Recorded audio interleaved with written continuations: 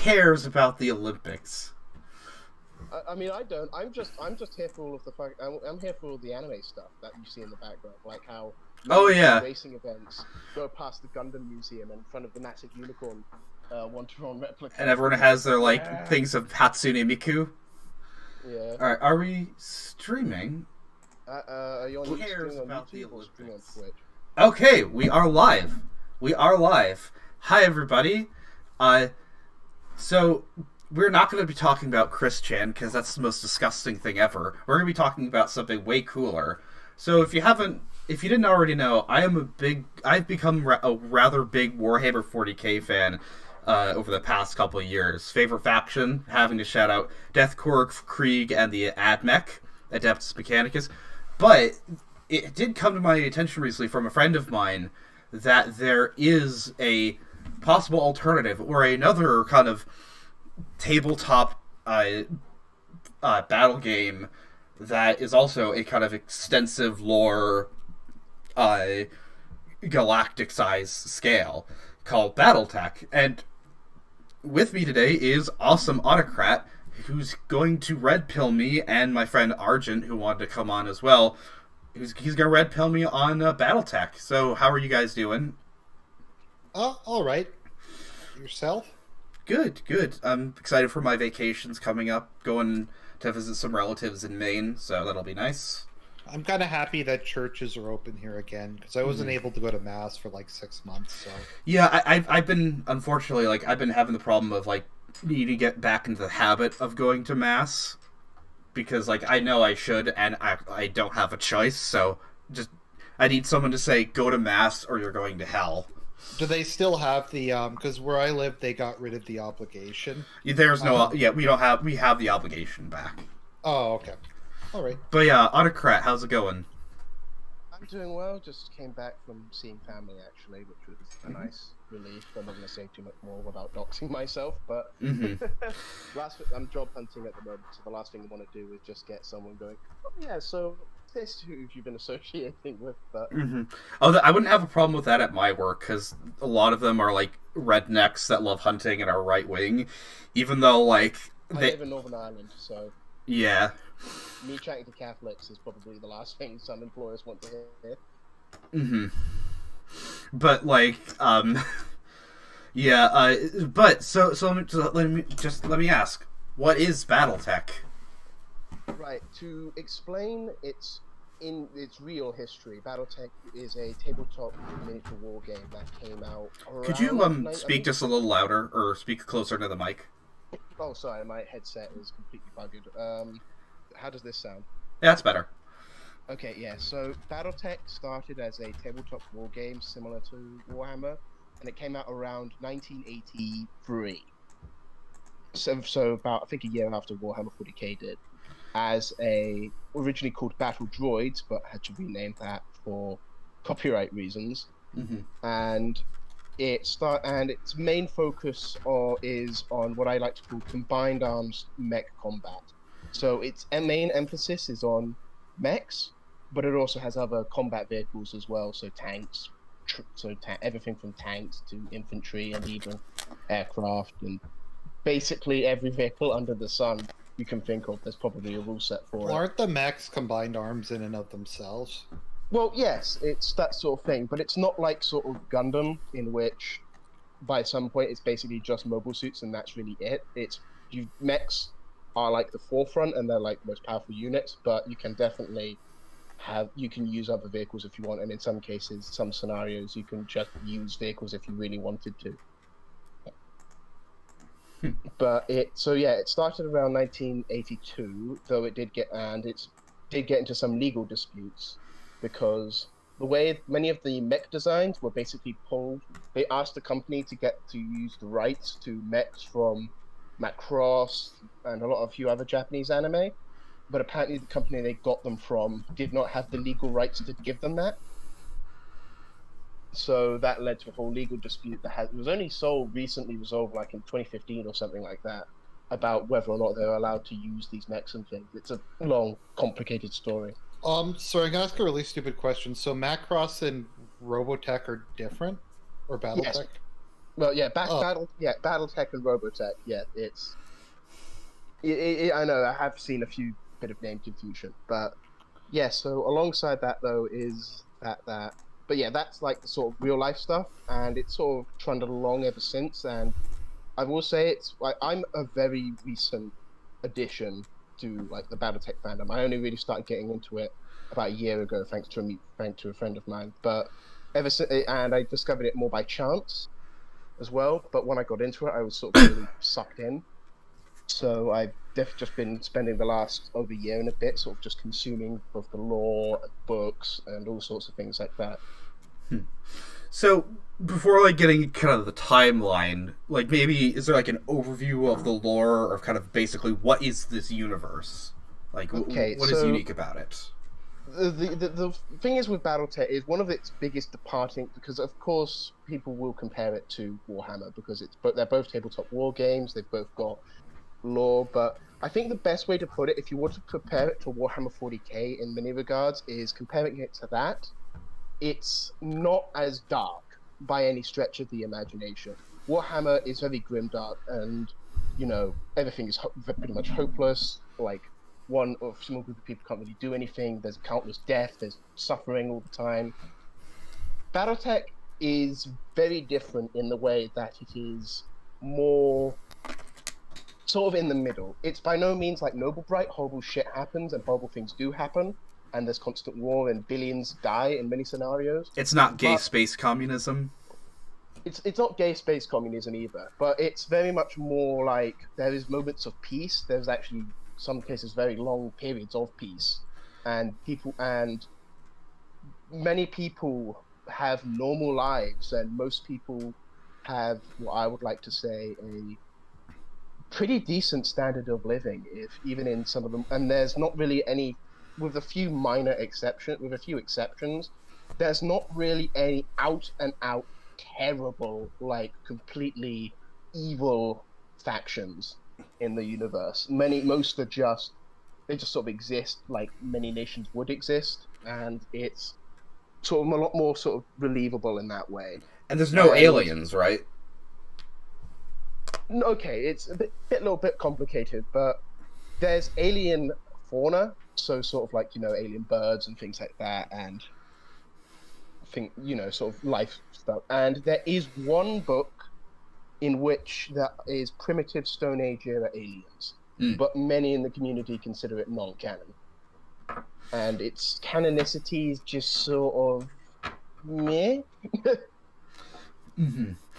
So it's not like 40k where there's Eldar and No, it's not Tau. like 40k where there's Eldar. All of the factions are human, Mm-hmm. and basically that. So Cool. All right, so maybe we can start kind of getting into where does history kind of divulge or begin in BattleTech? okay, so the thing is, I think one of the biggest draws and benefits to BattleTech, but also one of its biggest hindrances, is unlike 40k, in which while stuff kind of does happen, especially now they try to move the story, it's basically the same, if you know what I mean. Like it's sort of like you can give the sort of same overview, and it's sandbox, you mean? sort of sandbox. Yeah, it's a lot more sandbox. BattleTech has sandbox, but the timeline actually does progress and shit happens. Like the inner sphere, where humanity sort of mainly is centered around in 3025, is incredibly different to the inner sphere of the beginning of the next arc that's just beginning now, the Dark Age, Mm-hmm. and the Ilkhan era. So a lot of stuff happens, and a lot of things do change. Also, someone in chat, you are House Davian, you are officially blessed in my eyes. But so that's sort of the biggest issue of BattleTech. It's not like you can sort of do the whole history of the Horus Heresy and things like that, and then you've sort of really gotten caught up to speed. And so it's really difficult to explain to someone. Like, I think the best way to do it is sort of get to like the main era that Which a lot is of people about enjoy, 30, 25, yeah. Yeah, 3025 is when the series initially started as sort of the timeline, but it's sort of moved on a lot from then, and the current point is 3153. Mm-hmm. When did with it diverge from our world? If this is So- set in our universe, I'm not sure if it is. yes, it is set in our universe. It begins to diverge. Well, it diverges like technically in like the 1400s because it name drops characters from back then. But the real point of divergence is around the 1980s because so Gorbachev's reforms and things all happen, but then during the mid 90s there's a Soviet counter coup. And so a bunch of Soviet nationalists get into the government to kickstart the Second Cold War. Mm. And then this goes on right up until another reformer in the Soviet government gets killed and kickstarts the Civil War. And then from that, it sort of divulged into the Second Civil War. The Western powers and NATO get involved and then secure the situation. And then eventually the reformer side wins with the help of the world. And then, well, the Soviets are really broken up into a bunch of smaller states. Mm-hmm. Then, funnily enough, the United Kingdom leads the formation of becomes the Western Alliance, and then over time forms into the Terran Alliance, which is sort of this sort of global alliance of nations. But over time, it develops like more power in a sort of semi-centralized sort of government. It sort of becomes your traditional like United Nations in space sort of scenario. Is it all like liberal democracy and stuff like that? Sort of liberal democracy, sort of stuff like that, yeah. And one of the big developments is in 2020, General Motors, yes, this was made in the 80s, develops miniaturized nuclear fusion. And that really helps push humanity forward in the development of technology. And one of those things, thanks to the theories of two scientists, let me just get their names. Also, if you want to, you can post this in the Battletech channel. Yeah, Kearney, what are their names? Joseph Kony? Not Joseph. Joseph Kony invents jump drive technology. Yeah. Or in general, Butt Naked invents the microfusion reactor. Yeah, but yeah, so General Motors, because that's one of the things in BattleTech that's hilarious is the fact that there's a lot of actual real world companies in the setting. Like General Motors makes battle mechs, Boeing makes spacecraft, Rolls-Royce makes jump drives. I'm pretty sure Krupp still exists. Mm-hmm. Based. And they're in the Lion Commonwealth. Apple owns an entire planet. I'm not kidding.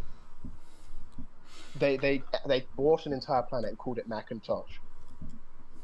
It's like in 40K, there's a planet that's just called Metallica, but it's because it's made of metal. Is that the planet where JoJo takes place? Yes. Oh, yeah, but Thomas Kearney and Tokushita Yukida, and through their theories, they help develop faster than light travel called jump drives.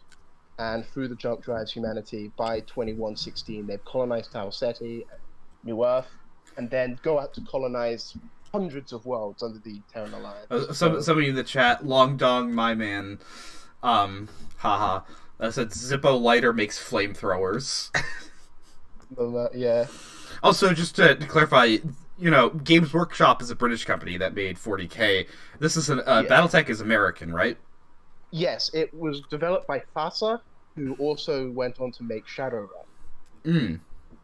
And then FASA then handed over the rights to what is... I can't remember if there was an in-between, but it's currently now in the hands of Catalyst Game Labs.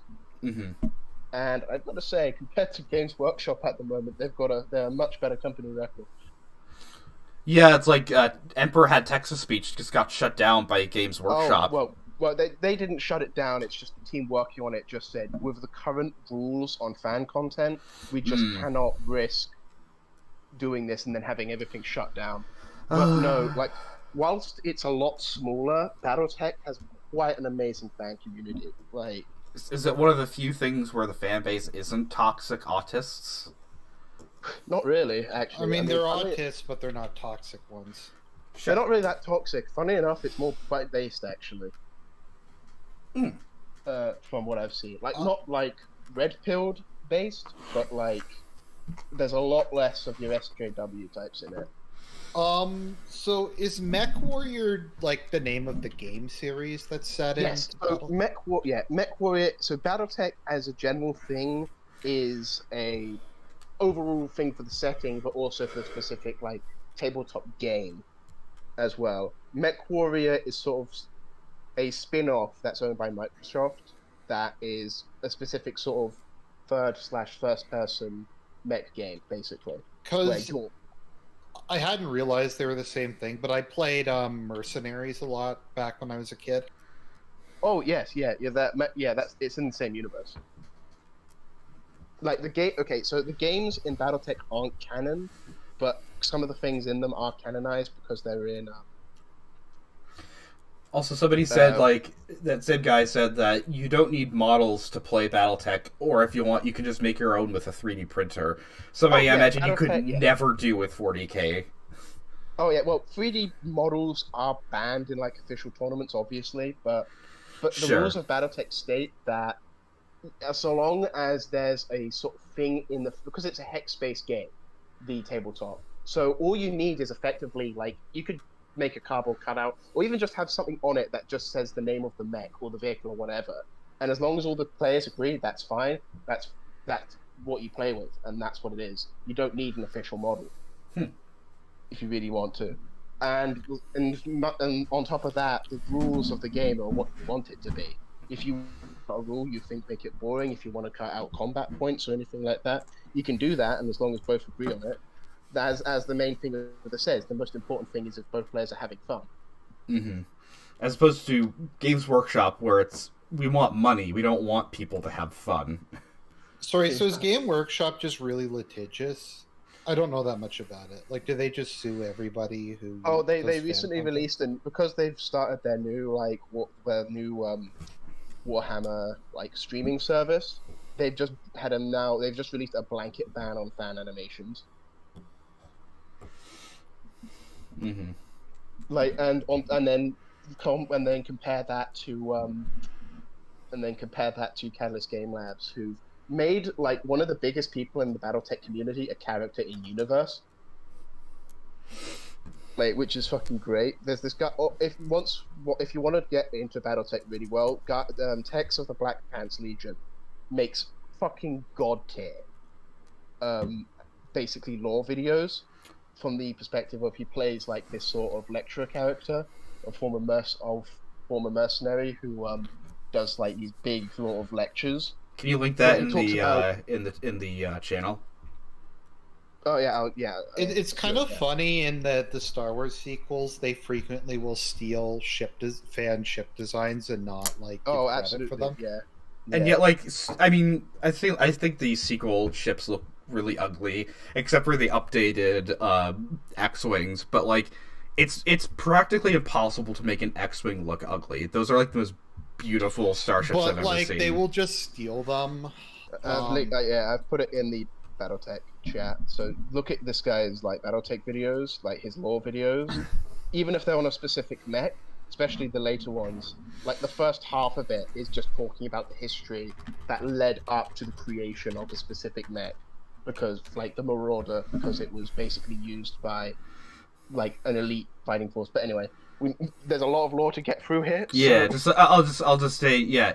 So if you want to look, I might link it in the description, or I'll just say Black Pants Legion. That's if you're looking. The Black Pants Legion, his BattleTech lore videos, they're just phenomenal. So all right. Back to the lore. Where we were was, so they developed faster than light. Did they develop faster than light travel then? Or when did we do that? 2108 is when they developed the drive, and then 2116 is when they really started colonizing the rest of the galaxy. How does FTL travel work in BattleTech? So FTL travel works in this very unique way. So the travel itself is basically instantaneous. It just sort of you jump and you're there. But there's a lot of caveats for the fact that jump ships, which are the main form of transport, because jump drives in this are really big. It's impossible to get a jump drive that's less than 5,000 tons. it's like I think it's like theoretically impossible to do so because of the required components. So most ships in BattleTech don't have like their own jump drive. They have to, unless they're warships, which are big enough to hold them, or jump ships, which are specially designed to basically carry other ships and then sort of jump them from place to place. Mm-hmm. Like Guild Highliners in Dune? Basically, yeah. They're, of course, this time they're not owned by like one company. They're owned by different companies and then owned by states and things like that. But yeah, jump ships are very important and they come different models, obviously. And the other thing is a jump ship cannot jump near a place of high gravitational mass. So unlike something like Star Wars, where you can just get above a planet and then kick in the hyperdrive and fly away, you have to jump towards the edge of a system. So basically at the outside of the solar system, and then you need to get on a ship and then journey to what planet you need to. The other main factor is jump drives have a 30 light year range until they have a miss jump and jump 500 light years, but that's rare occasion. So that means that jumping is not like you're across the inner sphere, which is about, I think, 500 light years in about a day. It takes months to get from one side to the other. And there's a pretty good map calculator. How long does the calculations take? A long time? Not really. Well, the thing is, it's mostly just recharging. Jump ships take on average about 3 days or so to recharge, but that's like they basically unfurl a massive solar sail and then just wait about until their drive has recharged and then they can jump again, so that adds to the time. So they just kind of float in the middle of space waiting for their things to recharge? Yeah, basically. So they're just sort of waiting, letting other ships dock and things like that. And so it's pretty funny, actually, like some drop ships like have stuff on board, like mini bars and things like that. So it's like, hey, you're waiting, just have a drink. And just shops and things so they can make extra money as well with the So it's like an airplane terminal, or it's like an airplane. So it's sort of like imagine like the airplane terminal, but the terminal is also an airplane. Okay. So you sort of well, it's more like a cruise ship. Well, yeah, and you sort of like dock your drop ship or something to it. So I feel I will never be captain of a space cruise ship. Yeah. Is there a jump ship called the Diamond Princess? I don't know. Or the Costa Concordia? That carried Space Plague on it. Hang on, let me just get an image of a jump ship just to show you sort of how it works. But yeah, this is from the game. I think that's supposed to be an invader. I'm just putting it in the Battletech chat. Yeah, because in sci-fi, there's generally two types of FTL. There's ones where the ships move through space or hyperspace, but at a faster rate, and then there's ones where it's instantaneous. Yeah. In 40K, is it instantaneous? I mean, the warp it. I don't remember that. I'm trying not to sort of get sidetracked. That's the only thing. Oh, sorry. It was just. But yeah, so yeah, those are sort of what jump ships look like and sort of how they roll. So you roll up in your ship, you dock to it, and then when it's ready, it will jump you forward somewhere. Mm-hmm. But yeah, so ships and Battletech sort of fall into sort of three sort of major classes, and then sort of subclasses based off those. There's drop ships, which are spheroid or aerodyne, so sphere or more airplane shaped. Jump ships, which do that. They basically just jump, and that's literally just it. And then there's warships, which are the rarest and most expensive, obviously. And then there's little things like pocket warships, which are just dedicated dropships meant for fighting, and then like small craft, which are smaller than dropships, and sort of little subclasses like that don't really matter. How important is space combat in this universe? It waxes and wanes throughout, and we'll get into that. So, back to the very, very, very abridged history of the BattleTech universe. So humanity has colonized the stars under the Terran Alliance, and things are going well. By about the mid 2200s, we've colonized up to about 1,000 systems and things like that. And things are going all right for the most part. But of course, as all things go, things are beginning to get difficult. The Terran Alliance what's the doesn't really. what's the scale of how big the human, like, is this like are we on the edge of the galaxy, or is this like in one small area of our it's in, spiral? like even at the height of humanity, like that map you see there, that's about less than 1% of of the galaxy. There's a good map Okay, that actually... jeez. Yeah, the galaxy is really big. Really, unlike something like people forget how big the galaxy is, and it always annoys me when you see those like maps of sci-fi universes, and they have these like massive swathes of the galaxy, like a part of this empire and things like that, despite the fact not knowing that's countless worlds and systems and things like that. Mm-hmm. And it's just, you forget, like, hang on, this puts it into perspective. This, I posted it earlier, but I'll post it again. So how many worlds are called? Like, are we just talking like thousands or hundreds or? So at the spec of the star, so it's best, I think, what was it? The height of the Star League, all of the like member states owned a combination of about 2,000 colonized systems. And of course, not all of them would have about at least one colonized planet in them. So I'd say about 2,500 colonized worlds. But again, with the nature of the setting, that waxes and wanes over time as more worlds are colonized and some are abandoned and some are destroyed. Mm-hmm. Yeah, not all of those would be big. Some of those would be like mining colonies or something. Yeah, sort of little dinky things. But the density is quite thick. Like many planets in the inner sphere, like especially near the capitals of the great houses, they easily go into the billions in terms of population. Mm-hmm. And I'm pretty sure the population at some point is like 2 trillion of all of humanity. Of all of humanity, so quite big numbers. Mm-hmm. But yeah, then big, there's some but not like crazy big. Not 40K. Not 40K levels of big, but again, it's more down to earth. So, but yeah, that sort of means just sort of demonstrates the extent of human colonization in Battletech. So yeah, it looks big, but we haven't even scratched the surface of. Mm-hmm. When we get to the first official map, like I had at the beginning. You can just post it so I can show that on stream. But yeah, continue with what's going on. So, but the problem is, of course, a lot of worlds are much further away and more independent than from the Town Alliance. So naturally, some of them begin to become more independent, and some basically are independent in all but name. They've got their own government, they've got their own like militias. They're basically autonomous entities that the Alliance can't really control, especially as their military isn't that well developed.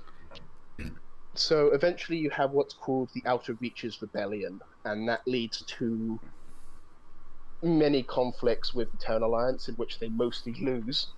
And eventually they began what's called the Demarcation Declaration, in which all worlds beyond 30 light years of Earth are independent regardless of whether they like it or not. So this leads to many worlds sort of collapsing. Some are like, yay, we got independence. Some are like, we didn't want independence. Some collapse. Some start fighting each other. Some even break up into warlord and nation states. Because are they cut off from like trade from Earth? So it's like, oh, we're relying on like agri worlds or minerals. Some worlds are like, oh, we are self-sufficient, so there's no need to worry, and others are like, Earth was literally what was keeping us alive, so fuck. Mm-hmm. Wouldn't this also affect Earth too? Because I imagine Earth is going to have the highest population. It's 30 light years, so like there's a core section of worlds that are still under the Alliance government. Sure. So they keep Earth up and running and things like that, but eventually, so this leads to the beginning of what would lead to the formation of the Great Houses. And lastly, is Earth like a Oh no, it's basically not. Like there's it's referenced that parts of Earth are like metropolises, like of course like Beijing, London, New York have become like really big megacities, but there's still like lots of green on it and things like that. Okay. Like the ecology hasn't collapsed. The ecology hasn't collapsed, no, nothing like that. And so it basically enters into this sort of world state with many of these proto states of what were human colonies sort of forming to what would become the great houses that you see there in the inner sphere, as well as states like the Turin Concordat forming because people decided, oh, fuck the alliance and leaving. So eventually the alliance falls into a civil war, and then after that, a general under the name of James McKenna, I'm not going to show his photo because there's only one official image and it's dog shite. Comes in and then nukes 2 islands off the coast of Scotland and the coast of Australia, and basically says, right, enough with this stupid infighting, I'm taking over and we're reforming the government. We're going to make Earth great again. Yeah, he'll make the alliance great again, and then he reforms it into the Terran hegemony, which leads to the... Basically, at this point, the nations of Earth still exist, like the United States and things like that, but they're basically just... They're only like they're kind of like what the states are to the U.S. or like England is to the UK. Yeah, exactly. It's basically that point. So the nations of Earth end there, but it's not like many people truly give a damn about it. It's sort of like, oh, okay. Yeah. And like the culture doesn't really end or anything, but yeah. So he reforms the Terran hegemony. Do we have a map of this yet, or? Hang on. There's an old. Hang on. Let me find it. Okay. This is an old law book. Let me just... Sorry for any interruptions. Nah, it's fine. I should have prepared it a bit more, but I've just had a slightly busy day. No, it's fine. I'm sort of zooming out, because I know I posted this when I first explained it to Tiger.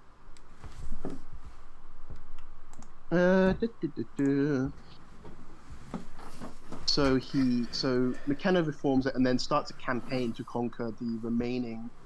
to try and reconquer the worlds that were lost. Mm-hmm. Outside of the 30 light years. Yeah, outside of the demarcation declaration. But around this time, you start to see the formation of the other great houses. What would become the great houses? So they are the Federated Suns, the Capellan Confederation, the Free Worlds League, the Lyran Commonwealth, and the Draconis Combine. Mm-hmm. And they will become the big players, and they sort of get there by sort of fighting and annexing smaller states, making alliances, uniting, and over time eventually they start growing and then get to each other's borders, and then they're like, oh, big guy, let's fight each other, and then starts what's called becomes known as the Age of War, which is where all of these great big states start fighting each other over land, over territory and resources and things like that. And what year is this around? So the Age of War starts around the mid-2300s, and here you'll have a map of the Inner Sphere around 2400, so when all of the states have sort of mostly solidified. Okay. Sorry, what happened to the Terran Alliance? It was reformed into the Terran hegemony. I don't see... Did it get destroyed? Because I don't see it on the map. Yeah, it gets destroyed a lot later down the line, but I posted an earlier map in the Battletech chat, so that's around 2400, so the borders are mostly the same earlier, just... Okay. But yeah, so McKenna has 2 successful campaigns, reclaiming quite a few worlds, but then after a 3rd campaign, which was botched by his son, he grows ill and then dies, and then there's an election between an old general and his son-in-law, a certain, what was it? James Cameron, I think, hang on. James Cameron? Yeah, the Cameron family are very important. Is this related to... Is it David Cameron's family? I don't think related to David Cameron. I don't think they had that connection, but he is related to a guy who served in Lincoln's cabinet, funnily enough. Okay. And this is like a ruling family on Earth, right? Yeah, so they're a prominent family, and they are related to Michael Cameron. He was finally elected as 2nd Director General after McKenna's death, and he would go on to. He was preferred because of his more scientific mindset and his more sort of humble origins, and he would go on to become very popular for funding science programs and things like that, and sort of solidifying the Terran hegemony as a much more official state. So we gave money to PBS. Basically, gave money to PBS. He effing loves science. He wasn't like a science larp or anything like that. And he'll go on to prove how. No, I know. I'm just, yeah.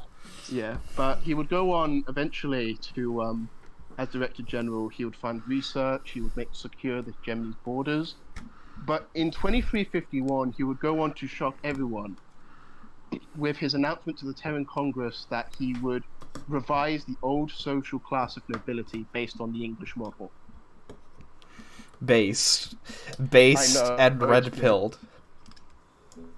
So basically, initially, it wasn't meant to be hereditary. Like, noble titles would be handed out to people who earned it, and not just military officials. It was like scientists and people who'd done a deed to the nation would be given nobility, and it wasn't meant to be hereditary. So kind of like how the Queen will, like, say Paul McCartney has been knighted just out of service. Yes. But, like, so, not gay. Yeah, basically that. And it was pretty, and whilst some people were like, what the fuck are you doing? Most people were like, I'm fine with it. And it was also due in part to the fact that Neo-feudalism was sort of growing as a concept in theory, but... So it's almost kind of like... So it's like the opposite of how the Enlightenment, these, like, ideas of, like, republicanism and democracy just started growing and spreading. Now it's like neo-feudalism is kind of the new thing, and it's becoming more popular in, like, academic circles. The thing with Battletech is because there was no, like, faster than light communication. The only way you could get a message to someone at this time was getting on a jump ship and jumping over there. And as already pointed out, that takes weeks, if not months, to get a message from one side of your state to the other. So this is why the great houses started forming. They sort of created, like, neo-feudal lords and things like that. Mm-hmm. And why basically creating a national democracy in any state that was bigger than a few systems was basically literally impossible. Especially when you had planets with billions of people compared to those with, like, thousands of people. It was just, on many levels, it just wouldn't work. You had to have a massive decentralization. So was the Terran hegemony like a democratic republic, or... On paper, it was technically a democratic state, and the position of the Director General was not hereditary. But thanks to House Cameron's constantly changing of the rules, like, for example, Michael Cameron would make it that he would have his daughters could inherit the title and name of Cameron, and through that and changing of laws, by about 100 years in, it was effectively impossible for anyone other than a Cameron to become Director General. And that's sort of how it happened with the other successor states. For quite a few of them, like, for example, the Federated Sons started out with a president, but they were basically all from one family, House Davion, and then eventually they just said, let's just cut out the bullshit and then turn it into a monarchy. Mm-hmm. Like, I'm salivating at this. Yeah, the Lyran Commonwealth, which was basically just Space Germany, the Archon was originally... There was 9 Archons, but then when they were invaded, they proved to be completely inadequate. So one Archon ousted the others and then declared himself the one only Archon, and then he gave it to his wife, who gave it to his son, and then he made it a monarchical position. Like, a lot of the thing is, it's a sort of case of, technically, if you really tried hard enough, you could become that position. But it's theoretically impossible because of laws and loopholes and shit like that. It would be like if you were just some ordinary soldier and you just did something absolutely amazing, and, like, you know, you just proved like you're just an unimaginably competent, like, leader. Maybe you could get a noble title that way. Oh yeah, but, like, you can get noble titles quite easily because a lot of the people who got them initially were, like, normal people. But it's just they were prominent families and said, oh, well, might as well become nobility. Mm-hmm. And it's sort of a case of they became de facto nobility, and then when people were like, oh, the turn to Germany's introduced nobility, let's emulate them. Mm-hmm. And sort of made it more official, everyone else just sort of started doing it. So this is, again, it's like the opposite of it's like the Dark Enlightenment of, like... So the Federated Sons and the Commonwealth are both monarchies. Okay, all of them most states in Battletech are monarchies, and if they say they're not a monarchy, they're lying to you, or they are monarchy, or they're republics in the Platoan or Machiavellian sense. there is no national democracies in BattleTech with the exception of like one in the deep periphery, which is far fucking away. Like, there's democracy on national levels in some states on the planetary level, but beyond that, there's nothing. Is there like a one-party state or something, like a fascist or a communist? Okay, so I think it's best if I will just go into like the main successor states now. Yep, please do. Yeah. So on the map, so if you go back to the 3025 map, because I think that's the best. Sure. Let me just So jump to 3025 and just sort of go into the culture and all of the states. So I'm going to start out with one of my personal favorites, the Federated Suns. So, okay, there's a few things I need to point out. So all of these states, for the most part, with the exception of the Free Worlds League, have an overarching sort of national culture. But on a planetary level, most worlds are as diverse as Earth is today. So it's not like everyone in one state is one thing. Like, you can find planet-wide. So, for example, the Federated Suns, which I'll probably start with, is effectively Space UK / France / America in terms of its overarching culture. Western Europe, Atlantic. Yeah. Oh. But on a planetary level, you will have planets which have majority Russian populations or Chinese populations or things like that. And specifically in the case of the Federated Suns, a strong Hindu population in certain parts of it, because part of it was a Hindu state. It's just overall the main culture, because it was set up by a small band of worlds that were mainly colonized by Americans and Englishmen. That's why the culture is sort of like that. It's like they speak English or French. Oh, French okay. and English are the main languages. Okay, so it's it's Canada. Yes, Space Canada, but not. Yeah, the Federated Suns are basically Space UK, and they are hated or loved because they're the most noble, bright, do-gooder faction out of all of them. They very much believe in like honor and sort of like noble ideals, and they've also got their own branch of Catholicism, which is funny. Because, yeah, religion, like, real religion still exists, like you mentioned Hindus. Like, religions in Battletech are still a thing, and whilst they're not, like, uber prominent, like they are in, like say, the actual medieval times, they still have a place, and there's a few new religions as well, but the main religions, like, the Federated Suns is New Avalon Catholic Church, as well as, other Catholic groups in Protestant. So almost kind of like Anglo-Catholicism. Yeah, Anglicanism still exists. The Lyran Commonwealth, because it's mostly German, is Lutheran, though it does have a strong Muslim minority. Mm-hmm. Free Worlds League is a mashup like the Free Worlds League is. The Capellans don't really give a shit because they're China, and the Draconis Combine is Shinto because they're weebs. Mm-hmm. And so, then, of course, there's like new religions and like minority religions and things like that. But do the Jews still exist?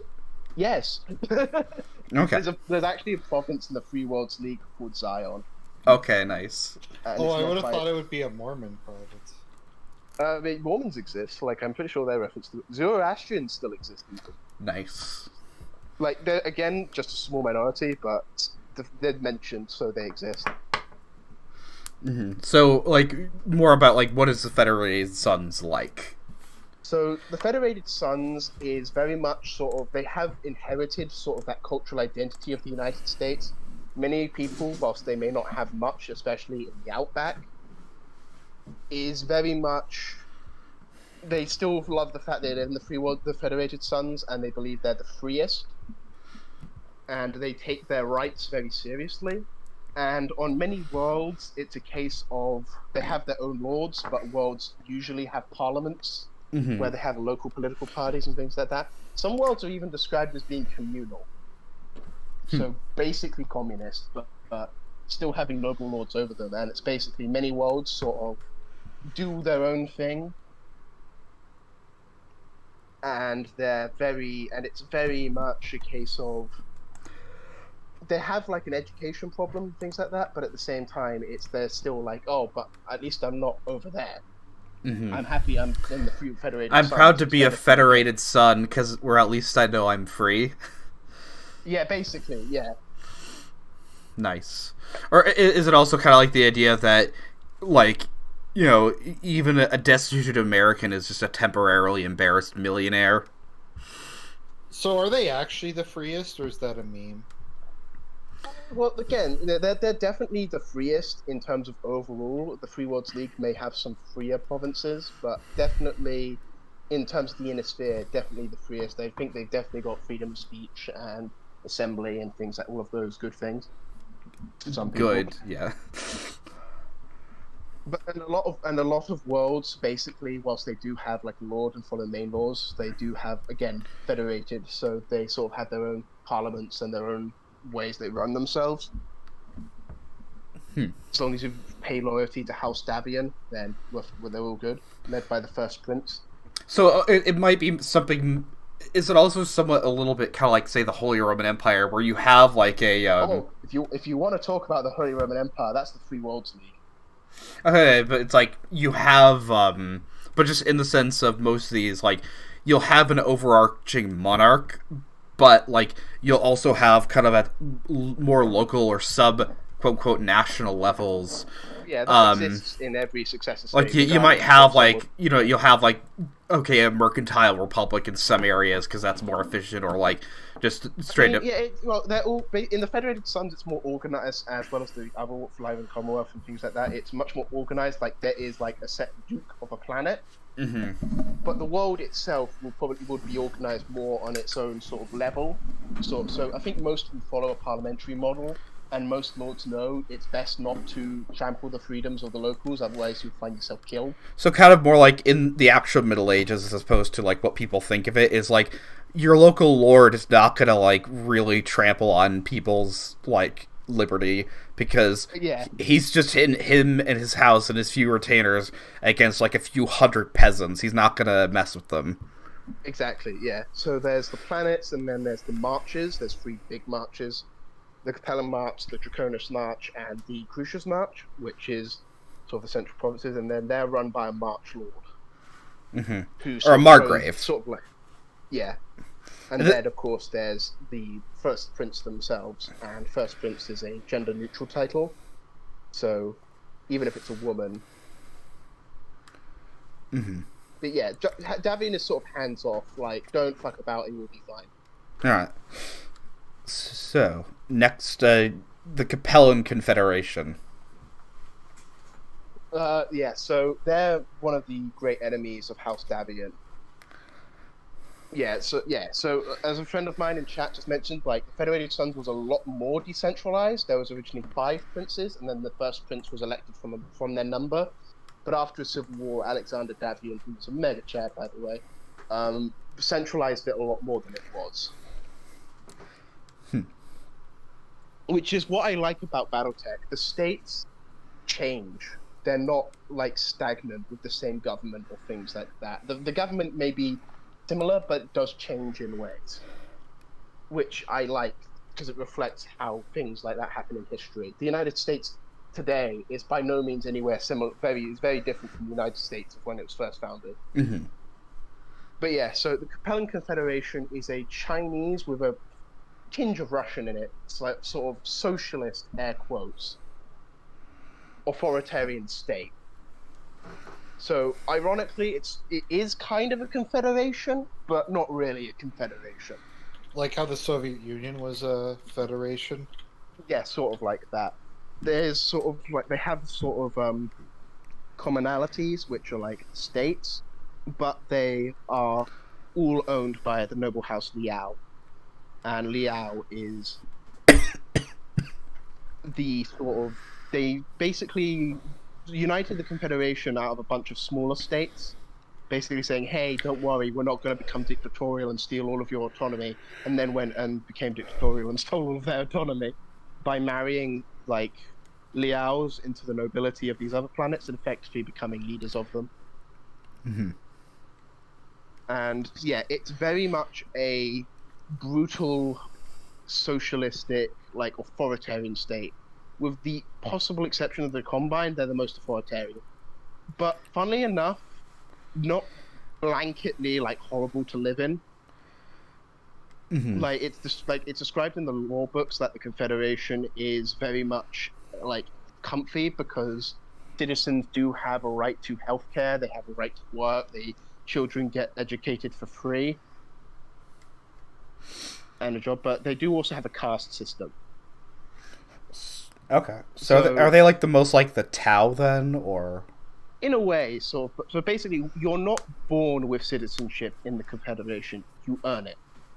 So that happens by when you grow up in the Confederation, you're basically tested from birth to sort of see how you would benefit. So basically, you'll go through school and then you'll do things like help out in the community, do charity work, help your elders and things like that, doing all sort of community service and things like that. And then when you're, I think, 18 or 16, you are tested on that. And you fail, if you pass, you get a citizenship and all of the rights and privileges of being a citizen. But if you fail, you're given a 2-year window to clean up your act. And if you fail that, you basically become an indentured servant of the state. You're a street sweeper. Based. So if your social credit score isn't high enough?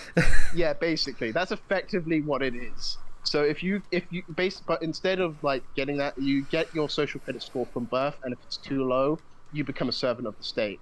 But if it's high enough, you get all the rights and privileges. So that's how you earn citizenship in the Confederation, and it's sort of that helped you build it into a sort of much more sort of nationalistic, like, to make love the Confederation. So you can make So it's like a collectivist state, but it's not like Maoist China or something. It's not Maoist China, where it's like a dystopian hellhole.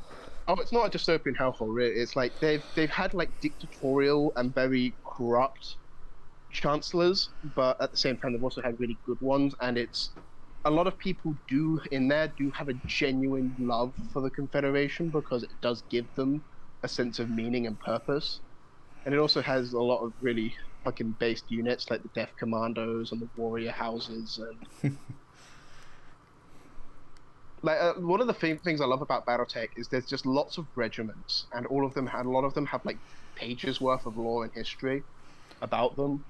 It's not like of course some of them are like, it's not like you have several big Imperial Guard regiments. You have lots of smaller like regiments, like off the top of my head, they're what was it, the Talseti Hussars and the Iridani Light Horse, and then mercenary companies like the Wolf Dragoons and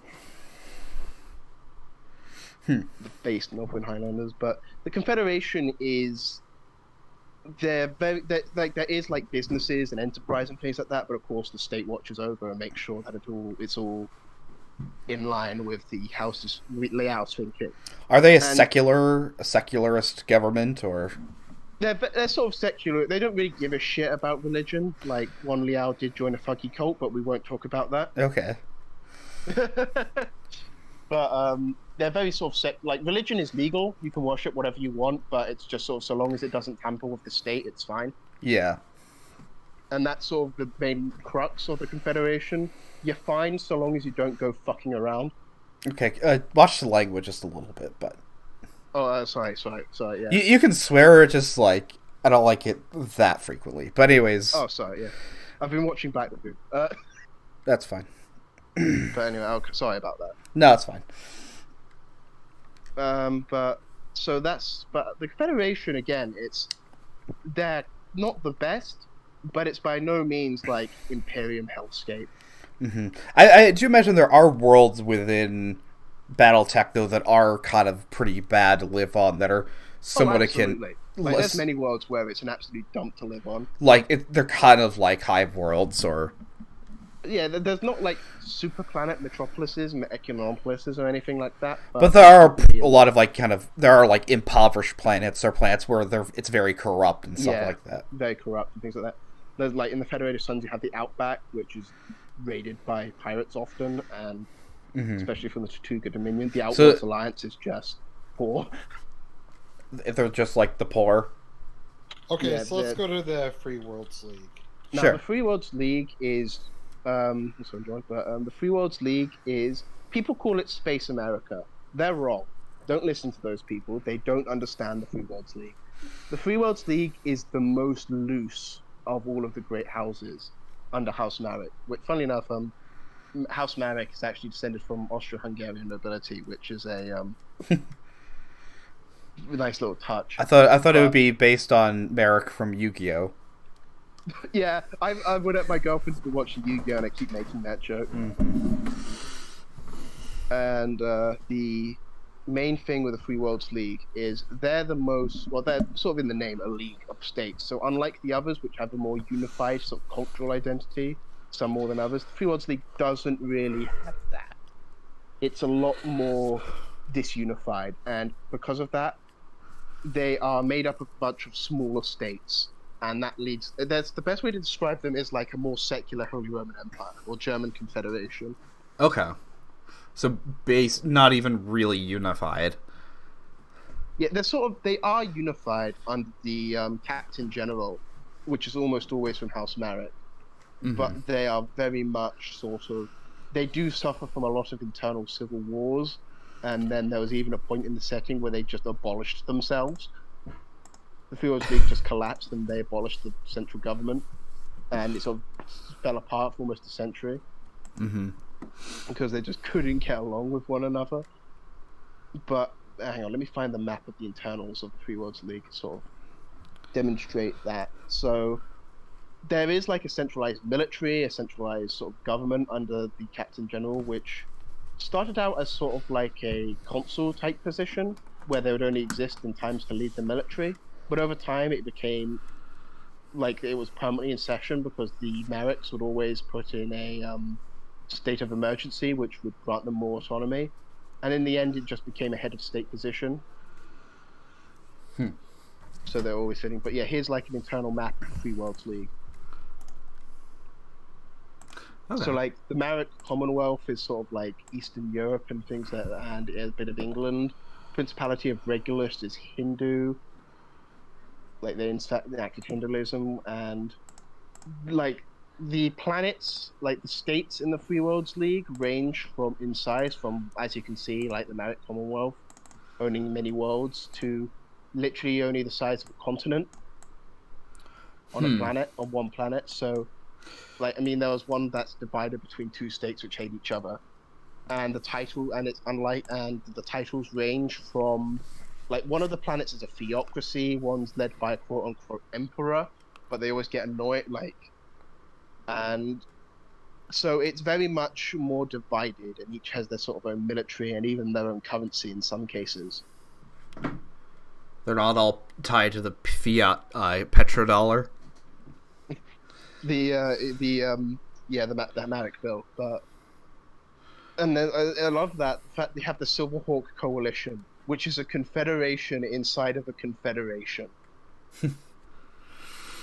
But yeah, so that's sort of like a good. And again, they sort of defy the sort of, they have an overarching culture of not really having one. And they also aren't very fond of. There's one big thing they do unify. They don't like cybernetics that much, beyond, like, obviously needing them for.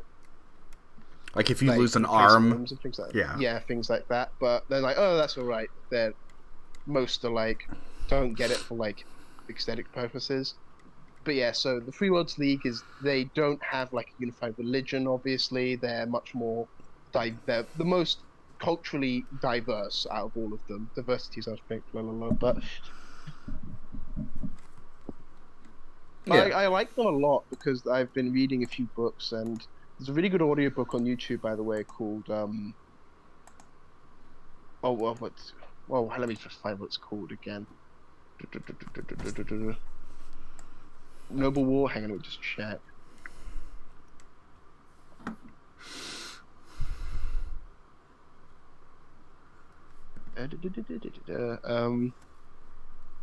Ideal War, which follows one of the more prominent characters from the Free Worlds League, and his attempt to. It's basically Vietnam. Basically, noble, honorable knight winds up in space Vietnam. And it's actually a really good read. So if you listen to audiobooks, do have a listen to it. It's on YouTube. Can you link it? Sure, yeah, let me just put it in the thing. And it follows the creation of the Knights of the Inner Sphere, and And it's funny because a lot of the Free Worlds League states are like more quote unquote democratic, but over time, but it's basically like, oh, we're in just a temporary emergency powers situation which has gone on for 300 years. Oh, it's Razorfist. He's blocked me on Twitter. Oh, really? It's because we got into an argument where I said the Middle Ages were not totalitarian. He says that they were because they didn't have copyright laws. Lamau. The guy is an autist. But yeah, I like his channel though. Anyways, is there anything else, Arjun, or you want to know about the Free Worlds League? That covers it. Why don't we move on to the next one? The Live and Commonwealth, Fritz, this is the one I expected you would enjoy. Yes, this is... These guys are the Space Germans. Mm-hmm. Yeah. This is for, like, the wearaboos? Yeah, the Live and Commonwealth definitely is for the wearaboo types. It's interesting. They've got a German government, but their parliament is called the Estates General, funnily enough. As in France? As in France, yeah, but it's not terrible. Mm-hmm. It's actually based. It's actually, it actually works. It just they just sort of have representatives from each planet. Yeah. And they just sort of and so the Lyman Commonwealth was originally a union of 3 nations. The let me just find what the 3 nations, but became a lot more centralized. But again, it's similar to the Federated Suns in how they have different worlds which sort of govern themselves. Like, I'm pretty sure on one of them there's an anarchist bit. It's basically an anarchist commune. Mm-hmm. They just gave them their own little bit, like, and they're just sort of like, so long as like they don't start kicking up stuff, it's just like let them live and let live. We're going to let there be an anarchist commune to show why it doesn't work. I mean, they don't really spread anywhere, but it's just sort of a case of I should have posted images as well, but I imagine it's a pain in the ass for you to put those on the... No, it's fine. I think it gives it a little more production value. A bit more production value, yeah. So it was, yeah, the Protector of Donegal, the Tamar Pact, and the Federation of Sky. And they sort of united together, and the Lyman Commonwealth formed, and it's the most industrialized out of all of the successor states. Mm-hmm. So they have the most industry, they create the most mechs. Funnily enough, there's a sort of meme, though, that the Lyman Commonwealth can't produce light mechs.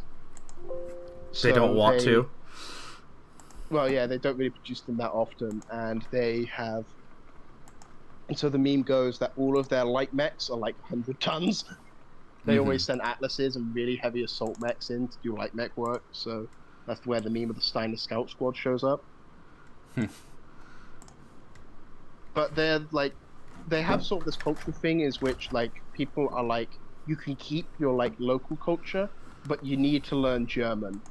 Yeah. And spend time working for like the Lyman Commonwealth and things like that. So it sort of incentivizes like people to learn German and become more German and like. So basically like militaristic industrialists. Yes, the militarist industrialist Germans who will. Where like they take, so it's like they take the idea of the military industrial complex as a compliment. Oh, absolutely, yeah. And the Lyman Commonwealth does suffer a bit from paid. One of the big things is whilst they have like the strongest military in many regards in the powerfulest industrial complex, they suffer a lot from people buying their way into positions of power, which has sort of handicapped their military many times. Mm-hmm. Like kind of new money, or people that are like, I'm the son of a factory owner, I can just get a nice juicy officer position. It is described that I think out of all of them, the Lyman Commonwealth is the easiest to get yourself a position of nobility in. Mm-hmm. But at the same time, you can also just pay for it. So, also, I do need to share this amazing image of the Lyman of the Archon's throne room, because this is canon. Nice. And so they're like their thing, I guess, in the game or in the actual mechs is they love their big mechs. They like their big. They tanks. like their heavy assaults and things like that. They like that, like it's medium up for them. Mm-hmm. and so because they just don't like mechs, but if you have, just do share the amazing throne room image. There we go. Nice colors, though. That is not Prussian blue. That is much lighter than Prussian blue. So It's not a Prussian blue. No. Let's just paint a happy little griffin here. Yeah. But yeah, those griffins are manned and piloted, and they are. It's just an amazing image. Just the the stark stone, throne room from Neo, like the sort of, with the exception of like the holotable, they wouldn't look out of place in like Game of Thrones or something. And then the two massive battle mechs just standing guard by the Archon. Mm-hmm. And the Alliance Commonwealth does have its own internal troubles. Like, I think the Free Sky Rebellion is a thing, and it also has a movement called Democracy Now, but they don't really fight for democracy, which is the ironic part. Mm-hmm. They're more just separatists, and Free Sky is basically just the IRA. But Scottish. Oh, so a no. lot of Scots in Battletech, I realised that, because you've got the Northwind Highlanders, who are a famous Scottish mercenary company. House Cameron is all Scottish. Sky was from a region of space that was populated by Scots, and the Free Sky Rebellion are Scottish rebels. Hang on a minute.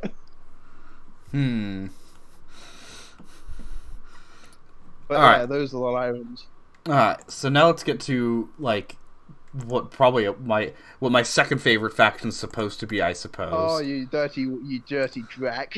No. I don't know. I all I know is Weeb. I don't even like the Tau in 40k. Cause like No, so the Draconis Combine is the Weeb faction in Battletech. In the fact that they were basically, it was it Vigilant 124? Okay. Hold on, like my is the stream still working for you guys? Because it just said my connection got cut for a second. It says it's back. Hang on, let me just check. It's still live for me. Okay, cool. But hang on, let me just post. So the Star League, will get into that, but they're basically the Space UN that they formed, and it was the golden age period for humanity. And I sort of posted the wiki link in there, but I'll just snip for you the bit that's important. Oh my gosh. Oh no. Alright, I think I found it. I think I found it. The history section, yeah.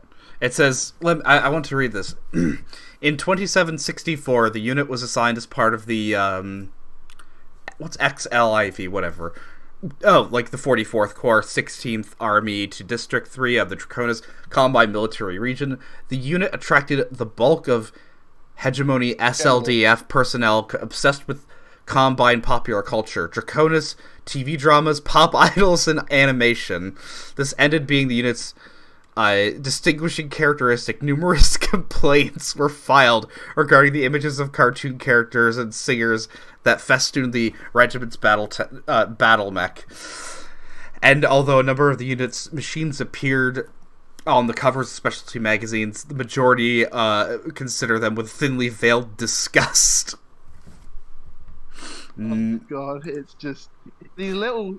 There's so much little nuggets. And they're part of. So wait, they're part of the Draconis Combine, right? Well, they were part of the Star League Defense Force, which was the most, and they were a royal regiment, so they were only came from the Terran Germany. Okay, so like, because they were like special. Is there even, say, in like 3000, any sort of overarching or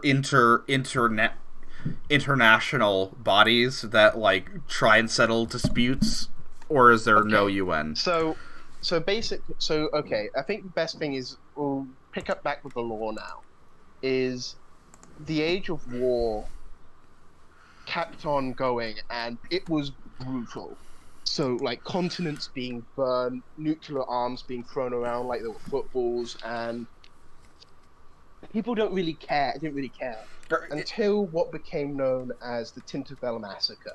Is there anything else about the Draconis, though, that we should know about? Okay, let me just talk about the Combine first. Sorry, it's but the Combine. So yeah, they are space Japanese, and they're the most rigid society. Like, if you're born into a common position, you will be a common until the day you die.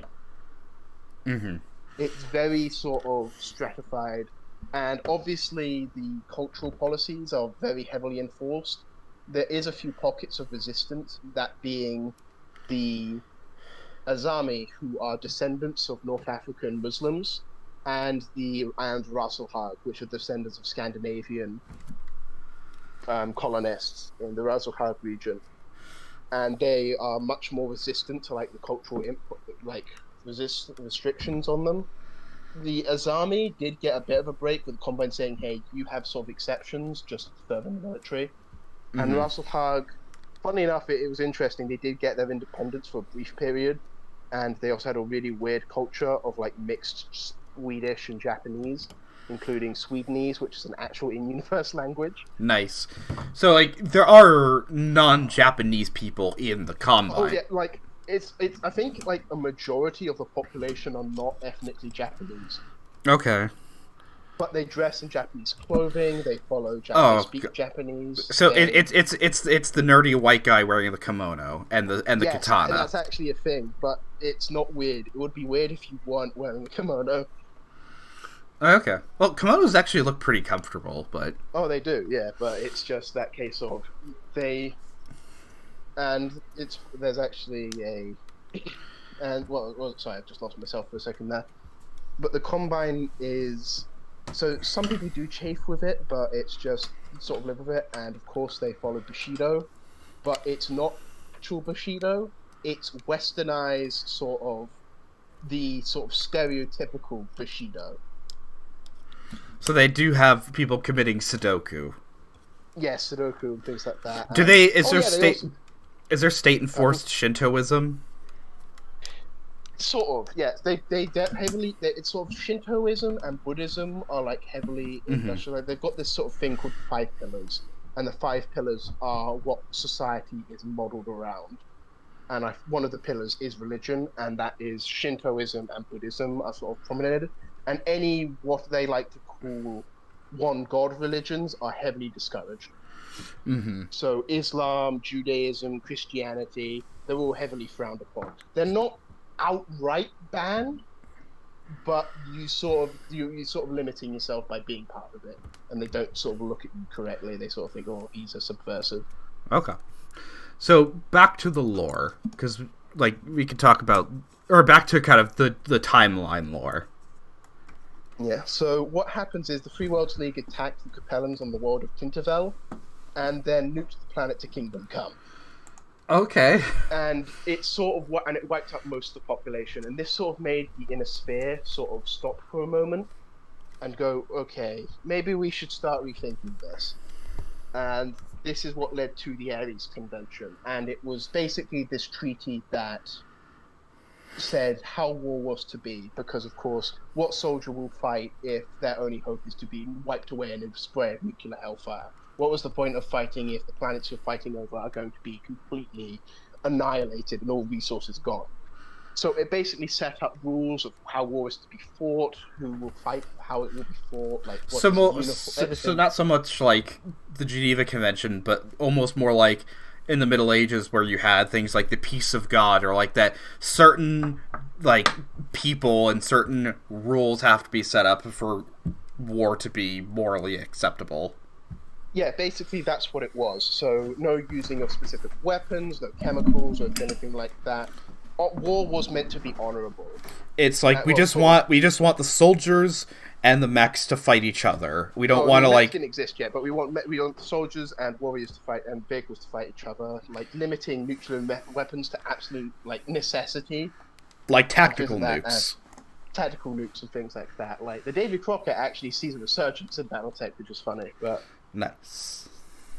So, and out of all 10 member states that invited, 2 resigned. The two didn't sign it. The 2 in Concordat, because they believed the Capellans were going to not uphold the treaty, even though, especially after the fact they had done just as horrible things to them and no one cared. And the United Hindu Collective, which poetically realized that trivializing war in such a way would make it more accessible. And that's sort of what it did. It didn't really stop war, it sort of made it legal, in a way. Because now war had rules. It had a handy-dandy rule book for you to follow, and there were neutral observers who would say, "Hey, don't break the rules." Or what? Or, well, people would be not so willing to support, and mercenaries wouldn't be so willing to work with them. Okay. So that's sort of how things changed, and So some form really of upset. So some form of peace was able to be, or relative peace was able to be established after the war. Well, it wasn't as peaceful. There was still war and fighting, but if you were a civilian, you had a good chance of not being killed. And war was a lot more organized, and it sort of upset the balance, because previously the balance was if you had enough warships, you could decimate and destroy and blow away your enemy. But now that was sort of upsetted, and that's why people wanted a new weapon of war. And that's what led to the creation of the Battletech. And so in 2439, the first Battletech, the Mech, was created by the Terran hegemony, and it changed everything. Now everyone wanted battle mechs. Like, the Mech was like a prototype that was forced into mass production, and it wasn't the best, but because it was able to turn the tides of battle and how well defended the hegemony wanted to keep the technology, everyone wanted it, and eventually it led to mech combat becoming the norm in the universe, to the point in which some people saw the mech, and the mech warrior became sort of like the figurehead and the most important factor in war and combat. Almost kind of like the knight in High Medieval. To the point in which there were people in the galaxy who saw that as the case. And there were things like the law which set up, which created a code of honor and conduct for mech warriors to follow. So this is the most similar to in 40k, where you have the K knight worlds, like knight with a K, where you have like noble houses and like essentially what are mini titans. Yeah. Yeah, so it's very much similar to that. And whilst of course some people didn't see it that way, a lot of people said, "Oh, knights, so we have the new nobility, we have the new knights, and mech warriors are the pinnacle of combat." And of course you did get pretentious bastards about that. But so over time, war began to die down a lot, because it now became a much more symbolic affair of fighting over territory. And then finally there was, what's his name? Which Cameron was it? There's a lot of Camerons, I'm afraid. So eventually you had the Star League, which became basically the pinnacle of human civilization. It was that was founded by Ian Cameron, who went on to basically make alliances and trade agreements, and eventually bring an end to like the infighting in the Inner Sphere, and eventually unite them under the banner of the Star League. Okay. So wait, the whole thing, all of them. Yes. Just kind of. So the Inner Sphere united under the Star League, and then through force of conquest, they conquered the Turian Concordat, Majesty Seed Canopus, the Outworlds Alliance, and the Rimworlds Republic. Okay. So basically conquered the periphery realms very brutally, I might add. Like, to the point in which even in 3025, like, which is basically 500 years after they were conquered, some worlds still haven't gotten back to pre-Star League standards. Okay. That's how much their teeth were kicked in. But the Star League united humanity effectively. So the states still existed, but the First Lords, but the House Lords were basically advisors to the First Lord, and the member states still had their militaries and things like that. But they were all under the duress of the Star League Defense Force, which was, at that point, and I think still is, the most powerful and advanced military in existence. Oh, even now? Even after there isn't a Star League? Oh, even after the Star League Defense Force was the pinnacle of human military technology. Oh, but it doesn't exist in 3025. Oh, they're long gone. Okay. So the Star League Defense, so Star League kicks about for about 200 years, and it is the golden age of humanity. So this is like because it's like Ian Cameron's like the Augustus Caesar, or very much so. In the Inner Sphere, he's seen as a very prominent hero. The periphery hate his guts, but he's very much seen as sort of the Augustus type. And he sort of paved the way and created like the biggest golden age in human history. So the Star League makes a few breakthroughs. So with the biggest being the creation of hyperpulse generators, which give humanity the ability to create long form communication with one another. And it's what's it called? A something pulse generator? Hyperpulse generator. Hyperpulse. Basically, it shoots communication data at the speed of light. Well, faster than the speed of light. Basically, yeah, faster than the speed of light. So it basically shoots messages, and it made communication a lot faster. It still took time, like because it only had a 60 light year range. But if it got to another planet, you just relay the message or the information. So it's kind of like went a lot faster. Like a telegraph. Like it goes from one. Yeah, it jumps to one point to another, and then so it took messages that could take months. If you were to sort of jump that way, it'd take only a couple of weeks. You could get one message across the inner sphere in about, I think, a month or a bit longer. But sort of glossing over. But that's the big important thing that came from this. And then you had a few First Lords, including one of my favorites, Mother Jocasta. She was a Catholic nun who helped her brother, who was the First Lord, basically rule the Star League, and she's widely regarded as one of the best First Lords there ever was. She wasn't really First Lord, but might as well have been. She was sort of the power behind the throne. And things were going well until the First Lord, Simon Cameron, the fifth First Lord, died in an accident on a mining colony. Why was he on a mining colony? So he was going around a tour of the Star League, and he went to a mining colony and to see it and to sort of say hello to everyone. And he was always interested by the rustic lifestyle, and he was invited to have a look at a sort of mining drone. And he was invited to take a look at it, and he was piloting it, but it lost control, slammed into the pressurized window he was sitting behind, and it sucked him out and killed him. Jeez. And this was an accident, right? Accident. Just complete accident. Like, absolutely no tampering was done whatsoever. And what year was this?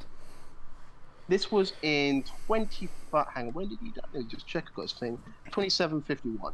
Okay. So, and the thing is, Simon Cameron was famous because he was very much a neo-chivalrous guy. He invited people who wrote neo-chivalrous literature to his house, to his court. He was very much believing in that a leader must reflect the ideas of honor, God, and duty.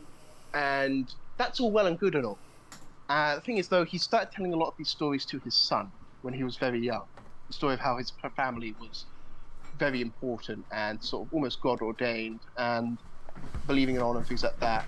Problem is, his father died before he gave him a nice healthy dose of realism. Of like, you actually have responsibility. Yes, sort of like, as much as you may be important, you also need to understand that there's a real element to this, and you can't just go around thinking that you're God. Mm-hmm. But his son, Richard Cameron II, or just Richard Cameron, he got all of the dreams and all of the duty of his family without getting that healthy dose of realism, and that's where he was easy to manipulate. Okay, he wasn't like a crazed psychopath. He was just kind of an idiot. He was an idiot and an annoying brat because he thought that he was the most important thing since sliced bread. He was not Nero. He was not a Nero type. No, it's just the thing is so. As he grew up, he didn't have any real childhood friends, as he was sort of surrounded by courtiers and things like that, as, of course, a regency was put in place under the great General Alexander Kerensky. No relation. Oh, yes. Yes, we gotta, maybe we can talk about who Alexander Kerensky is. Oh, yeah. Alexander Kerensky, his grandmother, I think, became famous during the Hidden Wars, which was the sort of thing that happened in the... Basically, the Hidden Wars were these little conflicts that happened. The first Hidden War was with Draconis Combine, where basically Draconis nobles would sort of get up and then try and start a fight with Star League forces. So they would challenge Star League officials in the region to honorable combat to the death. And so the Star League created the Gunslinger program, which created the best one-on-one fighters in the galaxy, which eventually stopped all the Combine Nobles because they knew they would always lose. Second Hidden War was a succession war between the Draconis Combine and the Federated Suns, which almost spilled over into a major conflict, but the SODF got in and shut them all up. There's a third one where nothing really happened, and then there was a border conflict with Capellans and the Federated Suns, but that's basically all the conflict that happened. Okay. But, so, what happened was, when he was young, he was visited by a certain president of the Rimworld's Republic. Who was? Richard Cameron II, the young new First Lord. No. And he was visited by a man named Stefan Ameris. Prig. Sorry, but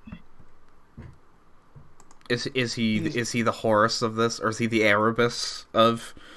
He's sort of that sort of character. So Stefan was the president of one of the periphery states, the Rimworld's Republic, a very powerful periphery state, which he was the president, president, but in actuality absolute ruler, as his family had ruled the Republic for over 300 years at this point. Mm-hmm. And the Rimworld Republic, just on this map, I guess it's not there anymore, but it was. Oh yeah, it was northwest of the Lyran. Yeah, the periphery realms of what became of part of the Lyran Commonwealth were the Rimworld Republic, and it was a very powerful, prominent state, especially by periphery standards. Right, so Stefan sort of got into the court of Richard and started to sort of boast him up, saying, "Hey, yes." So, like, for example, when he first met the young prince, he brought him a present, which was a book. When you open the pages, holograms would appear and show stories of knights slaying dragons and things like that.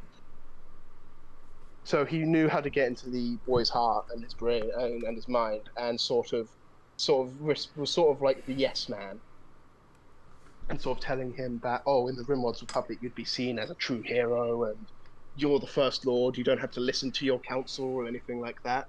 And so this led to when Richard became the First Lord in full, he tried to enact a policy in which it would disarm all of the member state militaries, which, the member states were having none of. And then after some pressuring by Alexander Kerensky, he rescinded the order. But it definitely soured much of the great house's opinion of him. Mm-hmm. But Ameris was like, they just don't understand your brilliance, and you're just an amazing First Lord. And Saruman has long been our friend and ally. It's pretty much, yes. Arjun, are you still there? Yeah, I just haven't had anything to say. Okay. So Stefan keeps this up, and then whilst at the same time using his size, basically he was doing things like he was buying like old SLDF warships and building up his military, thanks to basically having the First Lord's ear, to beyond its specified levels. Like buying old warships, building up new ones, just doing things that he shouldn't be able to, but because he was the best friend of the First Lord, he could get away with it. Mm-hmm. And obviously, for anyone who wasn't blind, he was obviously planning something, but no one could stop him. And then at the same time, he was using his wealth and resources to supply rebels in the periphery. Mm-hmm. Which led to the periphery uprising that would go on to drag much of the SODL with it, as well as Alexander Kerensky, who was forced to try and prevent it from happening. And so it's there that on Christmas Day, 2566, I believe, 65, 66, 67, Stefan Ameris made his way to Castle Cameron in Union City. Where is Union City? Seattle. Oh, no. Come on. No, don't worry. It's actually described as a beautiful city, which is so beautiful. The parking garages can be compared to the Taj Mahal in terms of their beauty. Okay, cool. So it's like this really big neoclassical sort of style city. Mm-hmm. And then Stefan comes in and he says, "Oh, I have a present for you, my good friend, best friend of all time." And the First Lord unwraps it. He keeps unwrapping it, and inside there's a jewel encrusted laser pistol. And then Stefan picked up the laser pistol, showed the diamonds in the sky, pointed it at the First Lord, and blew his brains out. He killed Cameron? Yes, he killed Richard Cameron. Okay. And wait, So- Cameron gave him a gift, right? Yeah, he basically said, "Oh, I have a gift to show you," and it was the laser pistol. He picked it up and then just blew the First Lord's brains out. Jeez! That's what friendship gets you. And so Stefan, there was a brief attempt to stop Stefan in the coup attempt by the glorious Black Watch, which is still an actual regiment today. Yeah. They tried to stop him, but unfortunately that was unsuccessful. And Ameris led a coup of the whole Terran Alliance, Germany, because the fact is, Richard, trusting his best friend all the time, just said, "Oh, this is how the planetary defense systems work." And, "Oh, don't worry, you can invite lots of your soldiers to be stationed in the hegemony because we need to send more soldiers out to crush the rebellions. So don't worry, I completely trust you and your whole army." Mm-hmm. So Stefan took over, hosted a definitely not rigged election, and became First Lord, and then became Director General of the hegemony, and then proclaimed himself Emperor Ameris of the Ameris Empire. Oh, that probably went down well. Oh yeah, Kerensky was having none of this. And who's Kerensky again? General Alexander Kerensky. He's the head of the Starlink Defense Forces, so basically in command of the whole army. Mm-hmm. He's probably thrilled with this. Oh, absolutely. He's completely hating all of it. So he's out in the periphery, and Stefan sent him an order saying, "Hey, see, I'm in charge now, and I've wiped out Richard, and also I just went around and killed his entire family." So yeah, he wiped out all the Cameron family as well, so that was fun.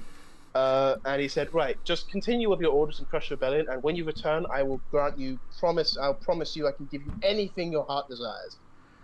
But Kerensky said, "No." The only thing I desire is your head on a stick. Basically that. And so Kerensky leads a 14-year-long campaign against Stefan and his empire. And this What military force did Stefan have? Because I would imagine that you have the Starlink Defense Force and the other states like the Combine, the Suns, the League, So basically, the other member states sort of sat back and watched. But who's on the side of Stefan Ameris? So basically, he took over the whole of the Terran hegemony and basically let out a big conscription law. Why would anybody support this? Well, a lot of people didn't like Richard, and a lot of people just sort of like, "Hey, another way to get food on the table." And then over time, became a lot more totalitarian. Okay, I see. So for example, you had. For example, one of the mercenary companies employed by Stefan was the Greenhaven Gestapo. They sound like a fun bunch. Oh, they became very notorious in Rome.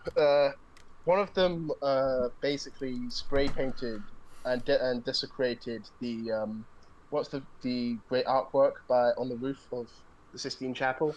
Oh, like God creating Adam? Yeah, he basically desecrated the Sistine Chapel. But they sent a battle mech to crush a bunch of priests who were protesting peacefully, and then they just executed the Pope for not outing treacherous cardinals. So the Pope was a good martyr then. He was a good martyr then. There's actually an interesting side story where a bunch of Swiss Guard flee Earth and then go out into the deep periphery and then found this sort of really sort of knowledge place where they keep all of the church's knowledge and keep all of the artifacts.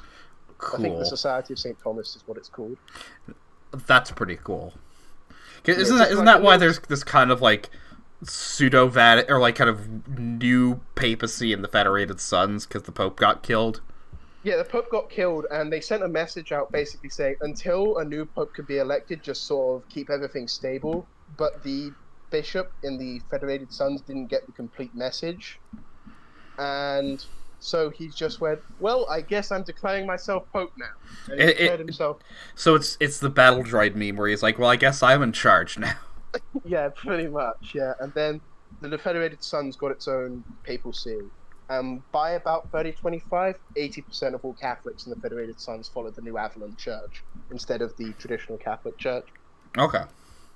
So it's sort of like a division, but both sides don't really talk about it. Mm-hmm.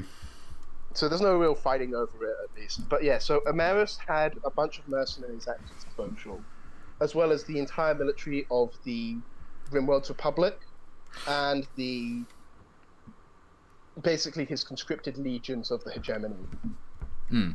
So, and it was those, and then the other great houses just sort of sat back and watched, because they didn't like either of them. Because remember, the Star League Defense Force had already threatened their rights by taking away their guns and their militaries, but they didn't know what to make of Stefan either, because they weren't the biggest fan of this sort of Timpop periphery dictator who thought he could make it in the big leagues. So they're just sort of going to sit back and wait to see who won, and then sort of pledge their loyalty. So it was basically the SLDF versus Ameris. Okay. But after 14 years of campaigning, which saw everything from nuclear bombardment to chemical weapons. So basically, anything about, like, you know, the restrictions on warfare gone. Both sides just don't care. Yeah. Tex did a really good video on the sort of this part of the war, but I'll just sort of skim over a bit. But do watch that when you have the chance. Okay. It's his Star League episodes 1 and 2. And eventually Kerensky does get to Terra, and the battle on Terra alone takes about 2 years, I think. Mm-hmm. But he because of course all of the defenses and things like that, and Ameris, funnily enough, tried to turn this big solar shield that was protecting Venus into a sun gun, but it just sort of broke and Venus became uninhabitable. Okay. But so Ameris finally surrenders, and him and his family are originally treated with sort of respect as sort of like a captured leader would be treated. Yeah. Right up until Kerensky sees what happened to Richard Cameron and the rest of his family, because they basically, all of the dead bodies of him and all of his whole extended family were thrown in the throne room, and then it was just sealed. He went there, looked inside for 30 minutes, left, got Ameris and his whole family, lined them against the wall, and executed them. Was Ameris also likely responsible for the death of Richard Cameron's father? Yes, it's basically confirmed in the law that was what happened. So then, of course, there was the issue of who will be the new First Lord. All the Camerons are dead, and there's 5 very powerful successor states who want that title, and all of them say it should be me. Oh dear, oh dear, oh dear. So Kerensky tries his best to get the First Lords to come to some unilateral agreement, but they all dismiss him, strip him of his rank, and then dissolve the High Council, effectively ending Star League. But they do make one final agreement, and that is that what's his name? Jerome Blake, who was head of the Star League Communications Network, so he was in charge of all of the high-speed hyperpulse generators and things. Mm-hmm. He was basically placed in charge of the communications of all of the hyperpulse generators, and eventually he goes on to reform the organization. But yeah, I know, Xeonic, I know you said John Davian had the best claim, but all of the others said that. But so I was just talking to people in chat. But the main thing then was Comstar would operate all the communications. So Kerensky then realizes what's coming, and then has a secret meeting with the remaining leaders of the SLDF and says, "Listen, I have a plan, and my plan is I'm going to leave the Innisphere and go into deep space, and we're going to go there and wait until all this sort of blows over. And then one day, our descendants can come back and reform the Star League when the time is right. Because he didn't want to see his military, some of which had already defected to great houses, like being used in this oncoming conflict. So eventually he asked his men who would follow him, and 80% said yes. Those who would remain to form the backbone of the new Comstar military. Mm-hmm. So Comstar is kind of the new, is like a new military dictatorship on Earth. Yeah, so Comstar owns Earth. The best way to describe them is AT&T mixed with the Illuminati. And they are basically, they control all communication. So they made an agreement with all of the great houses and other powers that in exchange for Comstar's neutrality, they would ensure that all of the great powers would have hyper-speed communication, like, equally. We will not cut off your 5G. Yeah, it's effectively net neutrality for the great powers. Nice. And if you violate that, we'll cut off all of your hyperspeed communication. Of course, all of them want that, especially when you're fighting a war, so they all agree. So Comstar is like... But Comstar is sort of like really manipulative, behind the scenes, Illuminati stuff that they get into. And so Alexander Kerensky eventually gets this whole fleet together, and then he leaves the inner state. And then not long after, the Succession Wars begin. And the Succession Wars are pretty brutal. This is like just fighting over the the five major powers is kind of fighting over remnants and whatnot. Yeah, fighting over who would become the new First Lord. And I'm imagining, looking at this map, none of them did. None of them were able to win. And especially because in the first two Succession Wars, the destruction of knowledge and technology was catastrophic. You had planets being nuked into Kingdom Come, billions dying on both sides. There was one major war crime the Draconis committed, where they basically annihilated the population of the entire planet. What was the planet's name? Remember Kintaris. Remember Kintaris 4, everyone. Pray for Kintaris. And again, this isn't 40k where like, oh yeah, we just exterminate planets, on a semi-regular basis, and who cares? This is like, people actually think this is a bad thing. Yeah, it's a bad thing, and people want to end the war, but it's just horrible stuff keeps happening, and the destruction of technology means that many people don't know how to build new mechs. Like, some mechs are created, but they're technologically much more inferior to what came before. As Star League technology becomes the most sought out, as it becomes more and more rare, warships by the Second Succession War are all but gone, and no one can build new ones. Oh. Like, people don't know, the blueprints were lost, or The blueprints were lost, the people don't know how to build new ones, the people who did know are all dead. Well, so it's like the engineers, the architects, and the maintenance people, it's like, they just, too many of them died, and they weren't able to, train successors. Yeah, basically, that's what happened. And then many mechs became much more rarer because no one knew how to build new ones, and the parts kept going missing. You would have entire missions which their sole purpose was to get spare parts for certain battle mechs. Because the technology was just lost. And it was a case of, you had factories building these machines, but the people didn't really know how they were built. Yeah. And this is really when the Neo-feudalism, which was already there, it's like you can't reverse engineer things because you don't really know how it's. So the first Succession War was horrible. The second Succession War, in terms of technological loss, was even worse. And the third Succession War would go on for 120 years or so. From what years? Let me just get the timeline. First, just get the wars thing.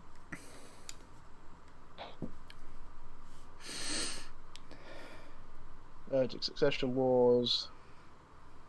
No, not Wars of Succession. Succession Wars. So the first Succession War was 2786, when Minoru Kurita declared himself First Lord. It ended in 2821. The second Succession War started in 2830, and ended in 2864. And then the third succession war began in 2866, and it sort of fizzled out by 3025. So the map you're seeing is just at the end of the third succession war. Okay. So yeah, the thing is, the third succession war was long, but it wasn't as destructive because it was after the first two. All of them were like, okay, we can realize how things are going. If the third one is as bad as the first two, everything's gonna fall apart. So they sort of had they sort of brought back elements of the Ares Convention, so to try and limit civilian casualties and things like that. Jump ships became neutral zones, so regardless of whether they were flying a national flag or not, you were not to attack a jump ship. Because they're just too important. They're just too important to everyone, and destroying a jump ship would be a real bad thing, because there was just a lot fewer of them than there were. Mm-hmm. And of course, warships were all gone, so... Well, there are still some, right? No, well, there were some, but mysteriously, whenever someone would discover a warship, or had the ability to build a new warship, or had the knowledge to do so, strangely they would go missing, or die in an accident, obviously, so or like commit suicide. So like countries don't have fleets now? They have jump ships, and jump ships are under national banners, obviously. Well, like and they don't have like corvettes or like space battleships. They don't have those things. They are drop ships, which some of them have been retrofitted into what are called pocket warships. Okay. But and even then, people don't like taking shots at drop ships sometimes because they're like, but they'll shoot our drop ships and. Because yeah, I'm thinking we're still in an era in which war is somewhat considered like honorable. There is like. I mean, the first two succession war, that wasn't the case. But no, I'm talking about now, like after the third one. Yeah, the third one, it was like mostly sort of that. You'd always have moments of screw the rules, but for the most part, most people kept to these sort of informal rules, and would sort of just for the sake of making sure that civilization, as they knew it, didn't collapse. Mm-hmm. But even then, the Third Succession War was quite a horrible time. But so Comstar was also part of the reason why it was so horrible, because Comstar, after Jerome's death, they were taken over by a guy called Toyama, and he basically believed that he spread the idea that Jerome Brake was a prophet, and it was Comstar's sacred and religious duty to save mankind and become the harbingers of all human knowledge and eventually rule all of humanity. And so they believed that it's not a walkover's component, but no, they eventually developed into some real Illuminati stuff and deliberately were behind the scenes pushing to keep the succession wars going, because it would diminish the great houses of knowledge and eventually lead them to collapse, and then they would step in and unite all of humanity. Okay. And of course, and they also believed in this religious sort of identity, to the point in which it was believed by many that hyperpulse generators wouldn't work unless a Comstar adept would speak a religious incantation. So to keep it going. Literally like what the AdMech does. Yeah, it's interesting though, because in one of the books it's explained by a believer in Blakeism that they know full well the machine will work out the prayers. It's more they are praying because they pray to the men who created it, and by extension to all mankind, as machines are sort of an extension of man in a way. Machine God, they don't us. blindly worship machines and think they won't work without prayers. It's more that they see machinery as an extension of mankind. Mm-hmm. So in a way, that's the reverse of the Adeptus Mechanicus. Yes, they do engage in especially with the Word of Blake, which is a fanatic sect of them, do start really adding cybernetics to themselves, but that's more for combat purposes in a way. Okay. So, and then this is where the Battletech game you were playing takes place, in the Oregon Coalition. So at the very tail end of the Succession Wars. Mm-hmm. And this is where the original setting was finally caught up with. So yes, we took a while to get here, but we made it. Still more. But well, I mean, technically, we've only just started. That's right. the thing with Battletech, because there's another hundreds or so years of more lore to go through. Mm-hmm. I mean, we haven't even talked about the clans or the Republic of the Sphere, the Federated Commonwealth. All right. Well, any of the... we could continue. We could have another stream on this, but we can maybe just talk about it a little bit more. Yeah, I think what would be best now, if you have any other, I think more like sort of less related sort of questions about the setting and that I can answer, just like about mechs or so. Yeah, it's like so. Like maybe kind of go over like the basics of how mechs work or what kind of mechs there are, just generic. Sure, yeah, like sort of things like that. Just not just mechs or vehicles or anything like that. Whatever questions you want, I can answer. Yeah, so if anyone in chat has questions, I can answer them as well. Mm-hmm. But yeah, yeah. So it's like, what are like the classes of mechs? Like, how do they work? So there are 4 classes of mechs. You have light, medium, heavy, and assault, and they sort of mostly relate to their tonnage. Light mechs are like anywhere from like 15 to 20, medium 20 to 40, heavy 50 to 80, and then assault is anything that's over 80, up to 100. And the heaviest possible and usable mech that I'm aware of is 150 tons. That sounds big. Oh, it is big, and you don't usually see mechs that are much bigger than that because they just don't work. Mm-hmm. Because of course this isn't tight. So how tall would that be? So most mechs, I think, are in the range of. Let me just put the height.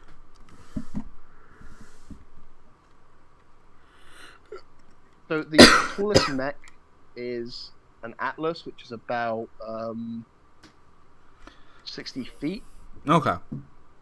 And that's really big for... Hang on, there's a decent size There's a little size comparison I found. Yeah. I can post that.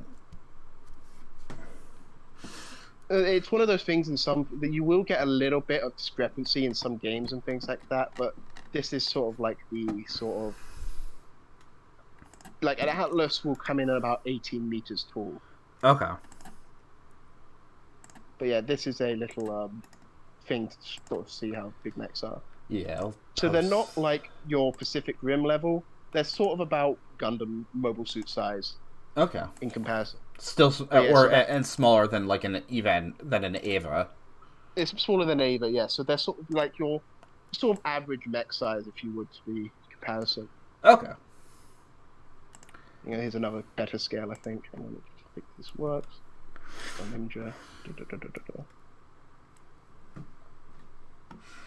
Of course, all the image links are broken. Never mind. Yeah, I think this one looks pretty good, though. Yeah. So yeah, that's sort of... That's just the thing that I was a little confused of like, so they don't have, like, space battles now. They're rare. Like, you have aerospace fighters, which are, of course, they can fight in atmosphere or in space, and they're the most common, and they're still used, and they're... You don't have, like, there's no capital ships or anything like that anymore. Oh, yeah, they were all gone by the Successor. They do come back later in the timeline, but even then they're in a much more limited state. So, like, the reason why this happened is just, like, the warfare was so destructive that, like, the factories that were making it's like if you destroyed all the shipyards and, like, the people that, and, like, the warehouses that had, like, blueprints or whatever on how to make that. And people think that sort of thing is impossible, but think about it. Most people today don't know how that iPhone works. Yeah.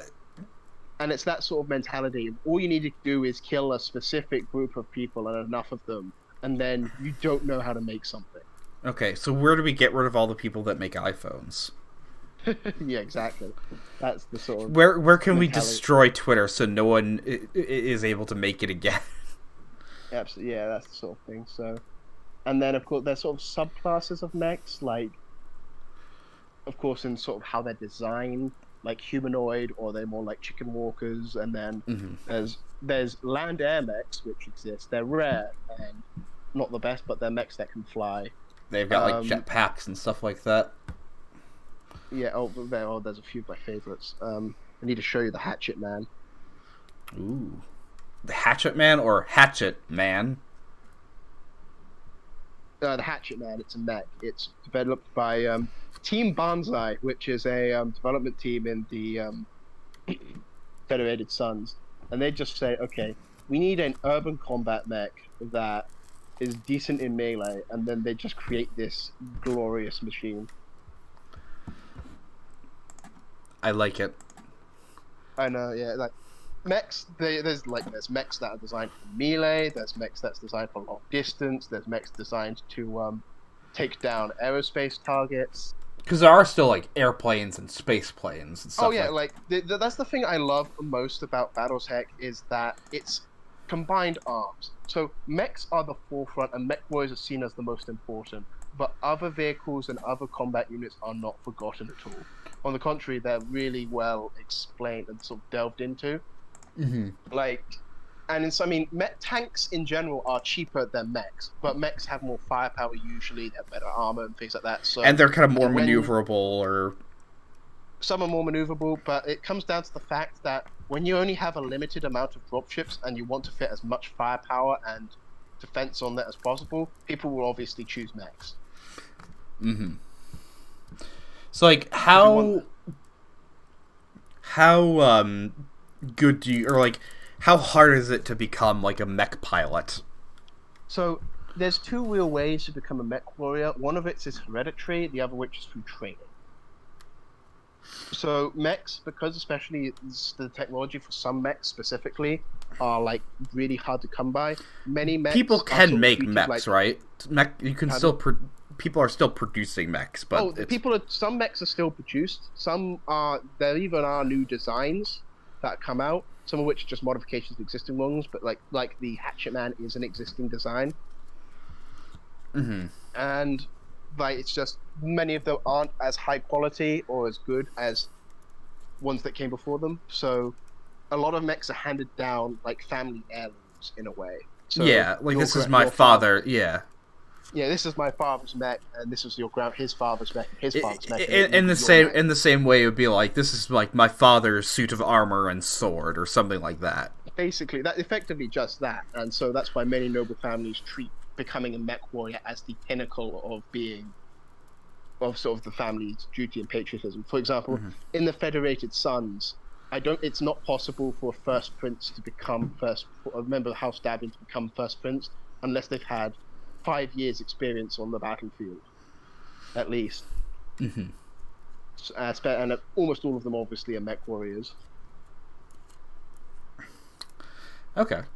And then here's a bit of a LARP. Are there waifus in battle? Because your name on the Discord is the Melissa Steiner simp. Who is Melissa Steiner? Melissa Steiner. She was the daughter of one of the Archons of the Federated Suns of the Live and Commonwealth. Yeah. And she was. So basically, she was born, and then she eventually, when she turned 18, married Hansa Davian of the Federated Suns in an attempt to unify both houses. Mm-hmm. And it led to the two of them and it basically led for the unification of both states into one. And she's very smart and. So in the current timeline, Federated Suns and Lyran are one country. Yeah, they later down the line they form into one state through a personal union. Oh, okay. So Germany and the UK together. Basically, yeah. The worst nightmare. Let me find a map of that. So what's happened to Earth now? Is like whatever government is on there? Is it just the planet Earth, or is it Earth and like a few other planets? Oh, it's just Earth is under the direct administration of Comstar. What about like Mars and like? Yeah, the solar system is just the solar system is under the administration of Comstar, and they have like this little Terran Congress sort of thing. So it's kind of like Comstar does part of it, but this sort of Terran Congress does the other part. And it's interesting because some of the old royal families of Earth still exist. Mm-hmm. So the House of Windsor still exists, and they are the Dukes of England. Mm-hmm. And apparently, the Emperor of Japan still exists, and effectively how they work, they're sort of like regional governors that are hereditary. Okay. But yeah, so this is a map of Battletech in 3049, right up and before the clans invade. Who are the clans? Oh, so basically the clans were, so you know how Kerensky went off into the deep periphery, never to be seen again? Is he now seen again? He's not seen again, but then eventually out in the periphery, his new Starly falls apart.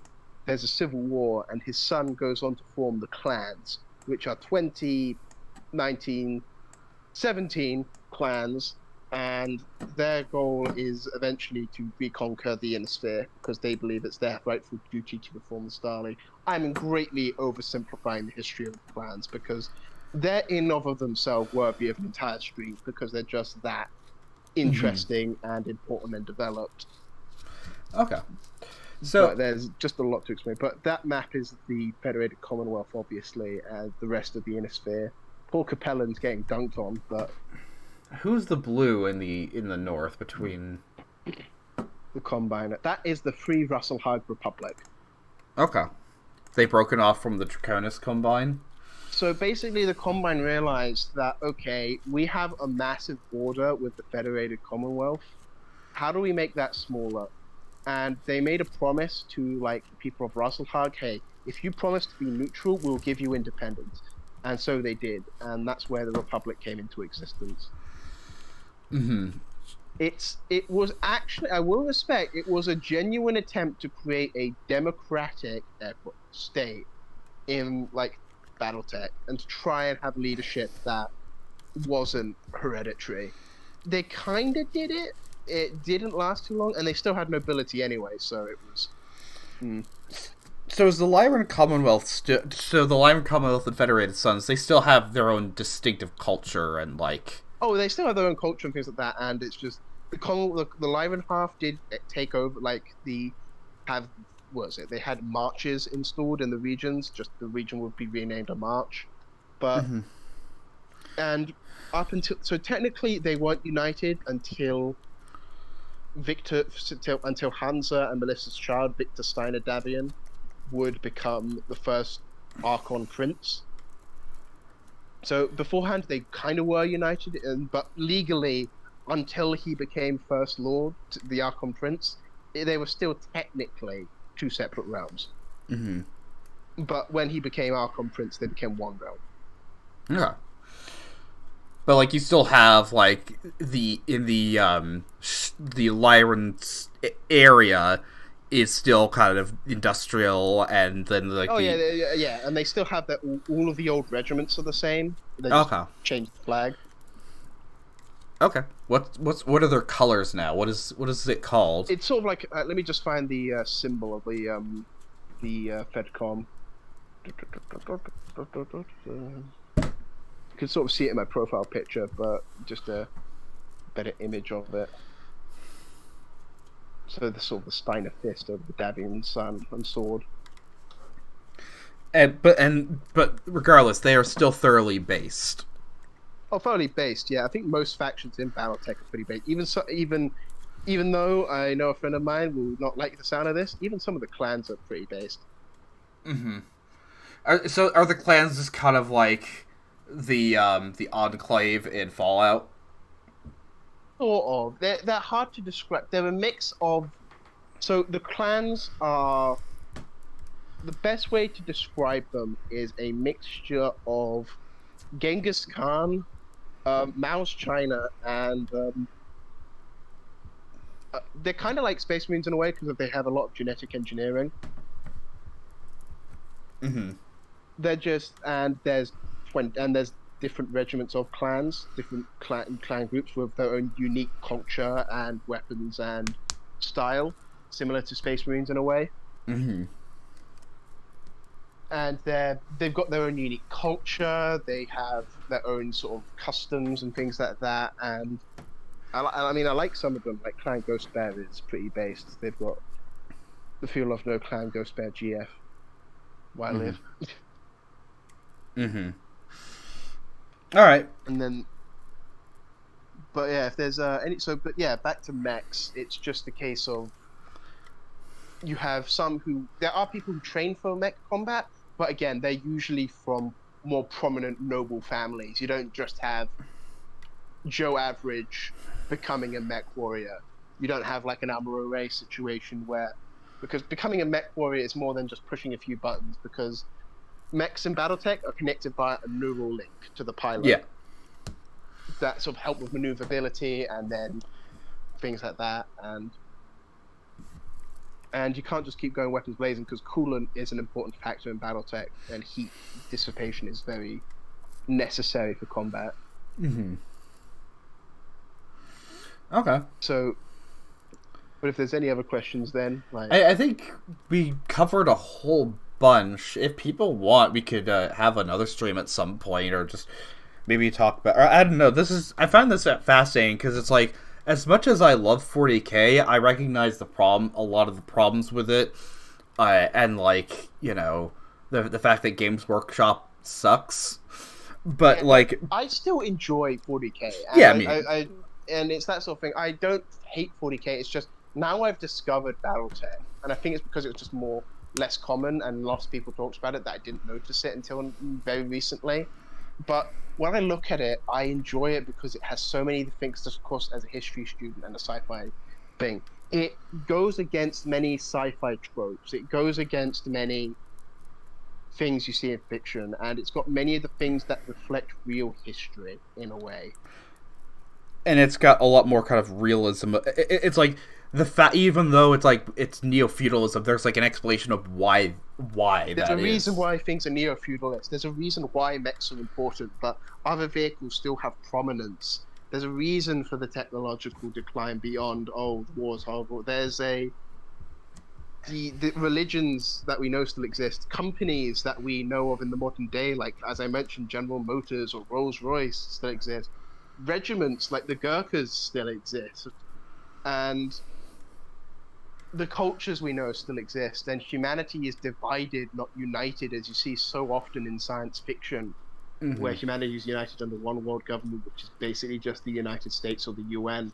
But in this, it's divided on. It's not. There's. This is not. And even within this, I guess outside of the Draconian Combine, you know, they have distinctive cultures within there. It's very decentralized. Yeah. And the cultures change. Like Russelhag has their sort of mix of Draconis culture and Swedish culture. And the cultures sort of change, and sort of there's mention, and the stuff like Swedenese, and the old religions still exist, but there's also new religions that form as people go to different planets, and there are many people who hate technology, there's people who embrace technology, there's different ideologies. And the law goes as far as to have like TV channels and stuff like Solaris itself. There's so much lore you can get on Solaris 7 alone, which is this big planet dedicated almost solely to mech gladiatorial combat, which is televised and broadcast amongst the whole inner sphere. Yeah, and it's the fact that you and the mech warriors in Solaris are like WrestleMania, like WWE, like you got like big personality types of people, and and then just little things like it in the world. Whilst it has horrible things happen and horrible wars, there's times of peace, and there's good people who want to do good things. This isn't 40K showing like in this, you know, reactionary theocracy, everything is a living hell. This is like, actually no, in this reactionary galaxy, you know, things are actually kind of good for people. Yeah, for Joe Average, most people's standard of living in many planets is basically what we have, many people in the middle class have now. Just with, you could jump, I mean, thing is, you could jump to many planets in the inner sphere and most people's homes, with the exceptions of a few out there pieces of technology. There's not really, you wouldn't really see too much differences, except you turn on the TV and then you watch two mechs duking it out for your entertainment.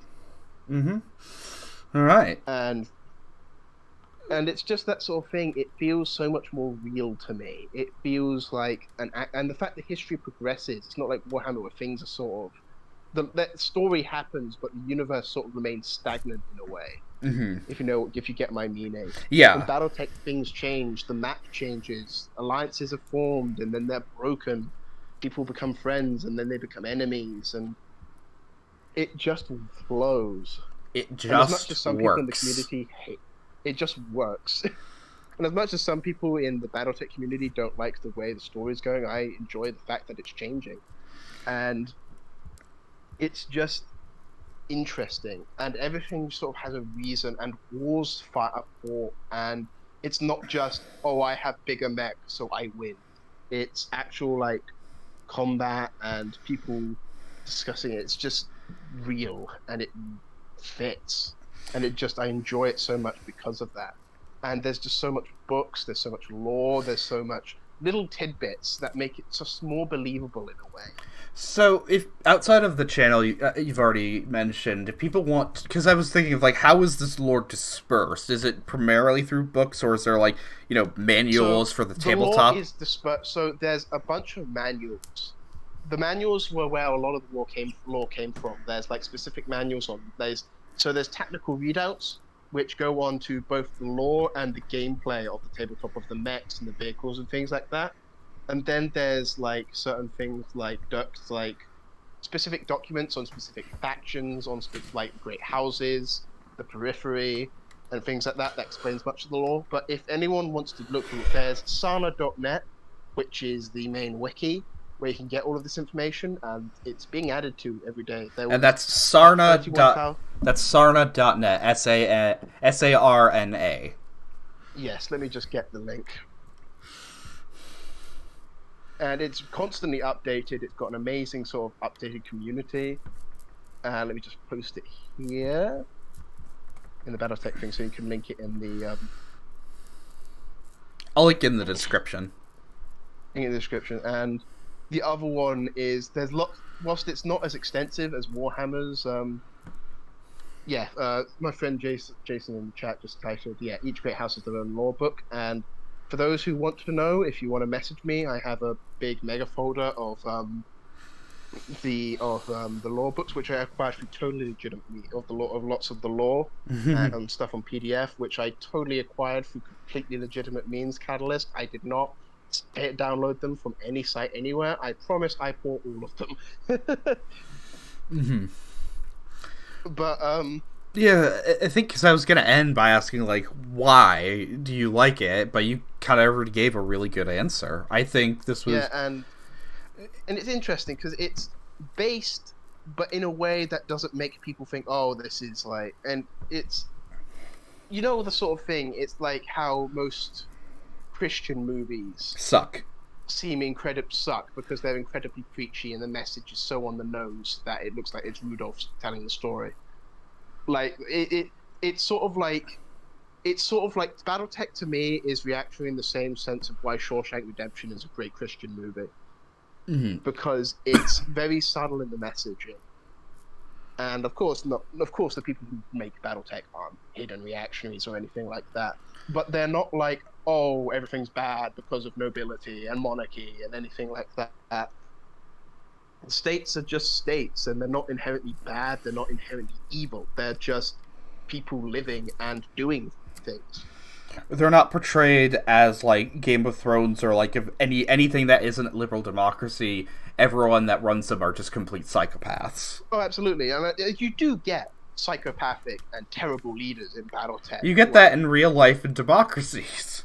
In democracy, yeah, but you've got people like Julian Davian who does things I cannot mention on YouTube, but and some of the Liaos get a bit Game of Thronesy in returns to who and what they can marry. But then, like, you have like heroes in terms of like your people. Like you say, you love Melissa Steiner. I like Melissa Steiner. I mean, I like her because she's a very cutesy German princess. But like Hansa Davian, who's like a mega Chad, and what else is there?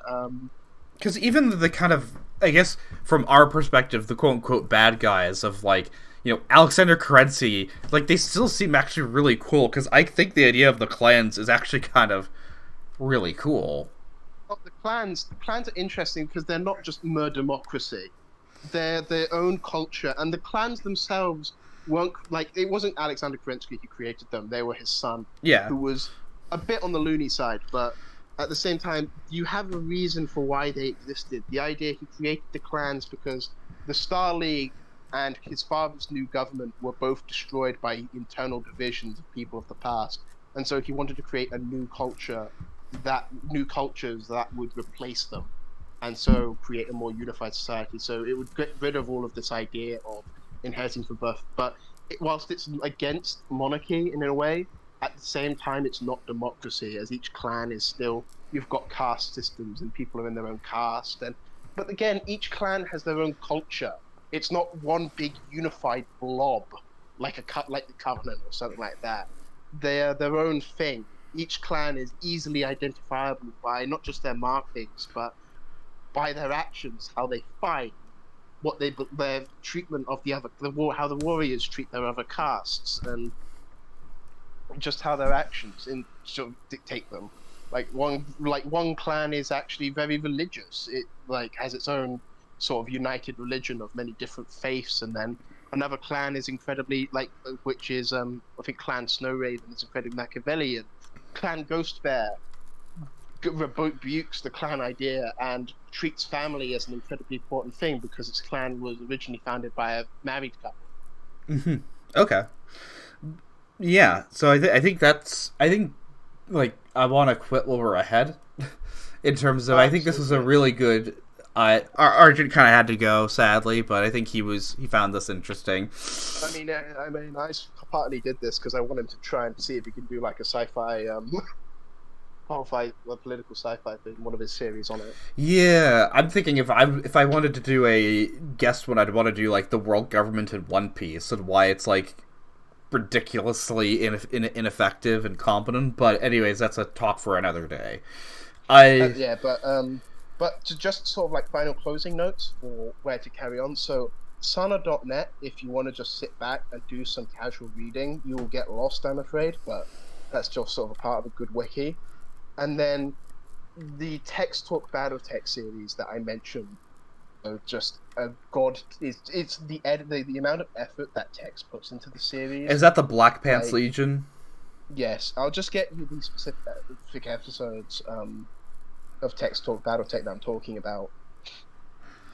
Like this first bit on the American Civil War, this is like the good kickoff point to sort of get you into like the fall of Star League and everything like that, and then just go and watch the rest of his videos from there, because they're just really well edited, and the fact it's told from the perspective of in-universe.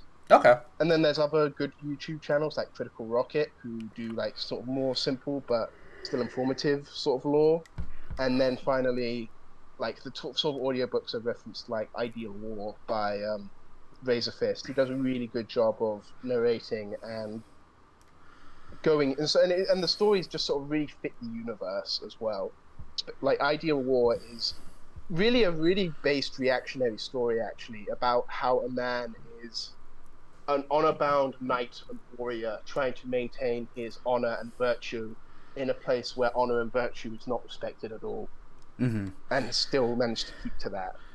Okay, well, in that case, I think this has been a very successful stream. Thank you so much for everybody that joined in, and thank you so much, Autocrat, for all that effort you went through to explain the lore to me.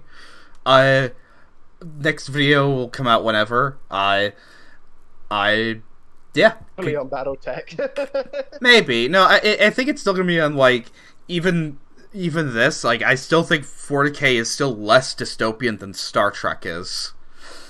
Because that's kind of my next video idea is, like, how, at least in 40K, for all the, for us, in comparison, 40K is a lot, I think, is far more lacking in terms of being based. But, like, at least in 40K, people, like, fight and die and, actually believe in something, as opposed to people have nothing to fight or die for in Star Trek. It's just gay space communism, and, like, everything is perfect. And it's, like, you even look, like, I make this comparison, because Argent has his videos, I love his videos on Star Wars, and kind of showing how Imperial Star Destroyers are, like, very minimalistic. But it's like, I'm thinking, it's like or Galaxy class ships in Starfleet in Star Trek. They look a lot more like Imperial battleships in Star Wars than they do Emperor class battleships in 40K, which are all like, it's a battleship, but it's also a Gothic cathedral. Gothic cathedral and things like that, yeah. And like the civilian clothing in Star Trek is just all unbelievably ugly. Ugly, yeah, I know, but again, it's just again linking it back to BattleTech. It's a lot of planets are just all over the place, and then you've got some planets in the deep periphery, which are just some of which are neo-feudal, like reversed technology so far. They are just knights and things like that, and just medieval levels of technology. But maybe a mercenary company has come in and then conquered the planet, and they're in charge because they're the only ones who have knights. Yeah. Okay, but anyways, I'm gonna let people should be able to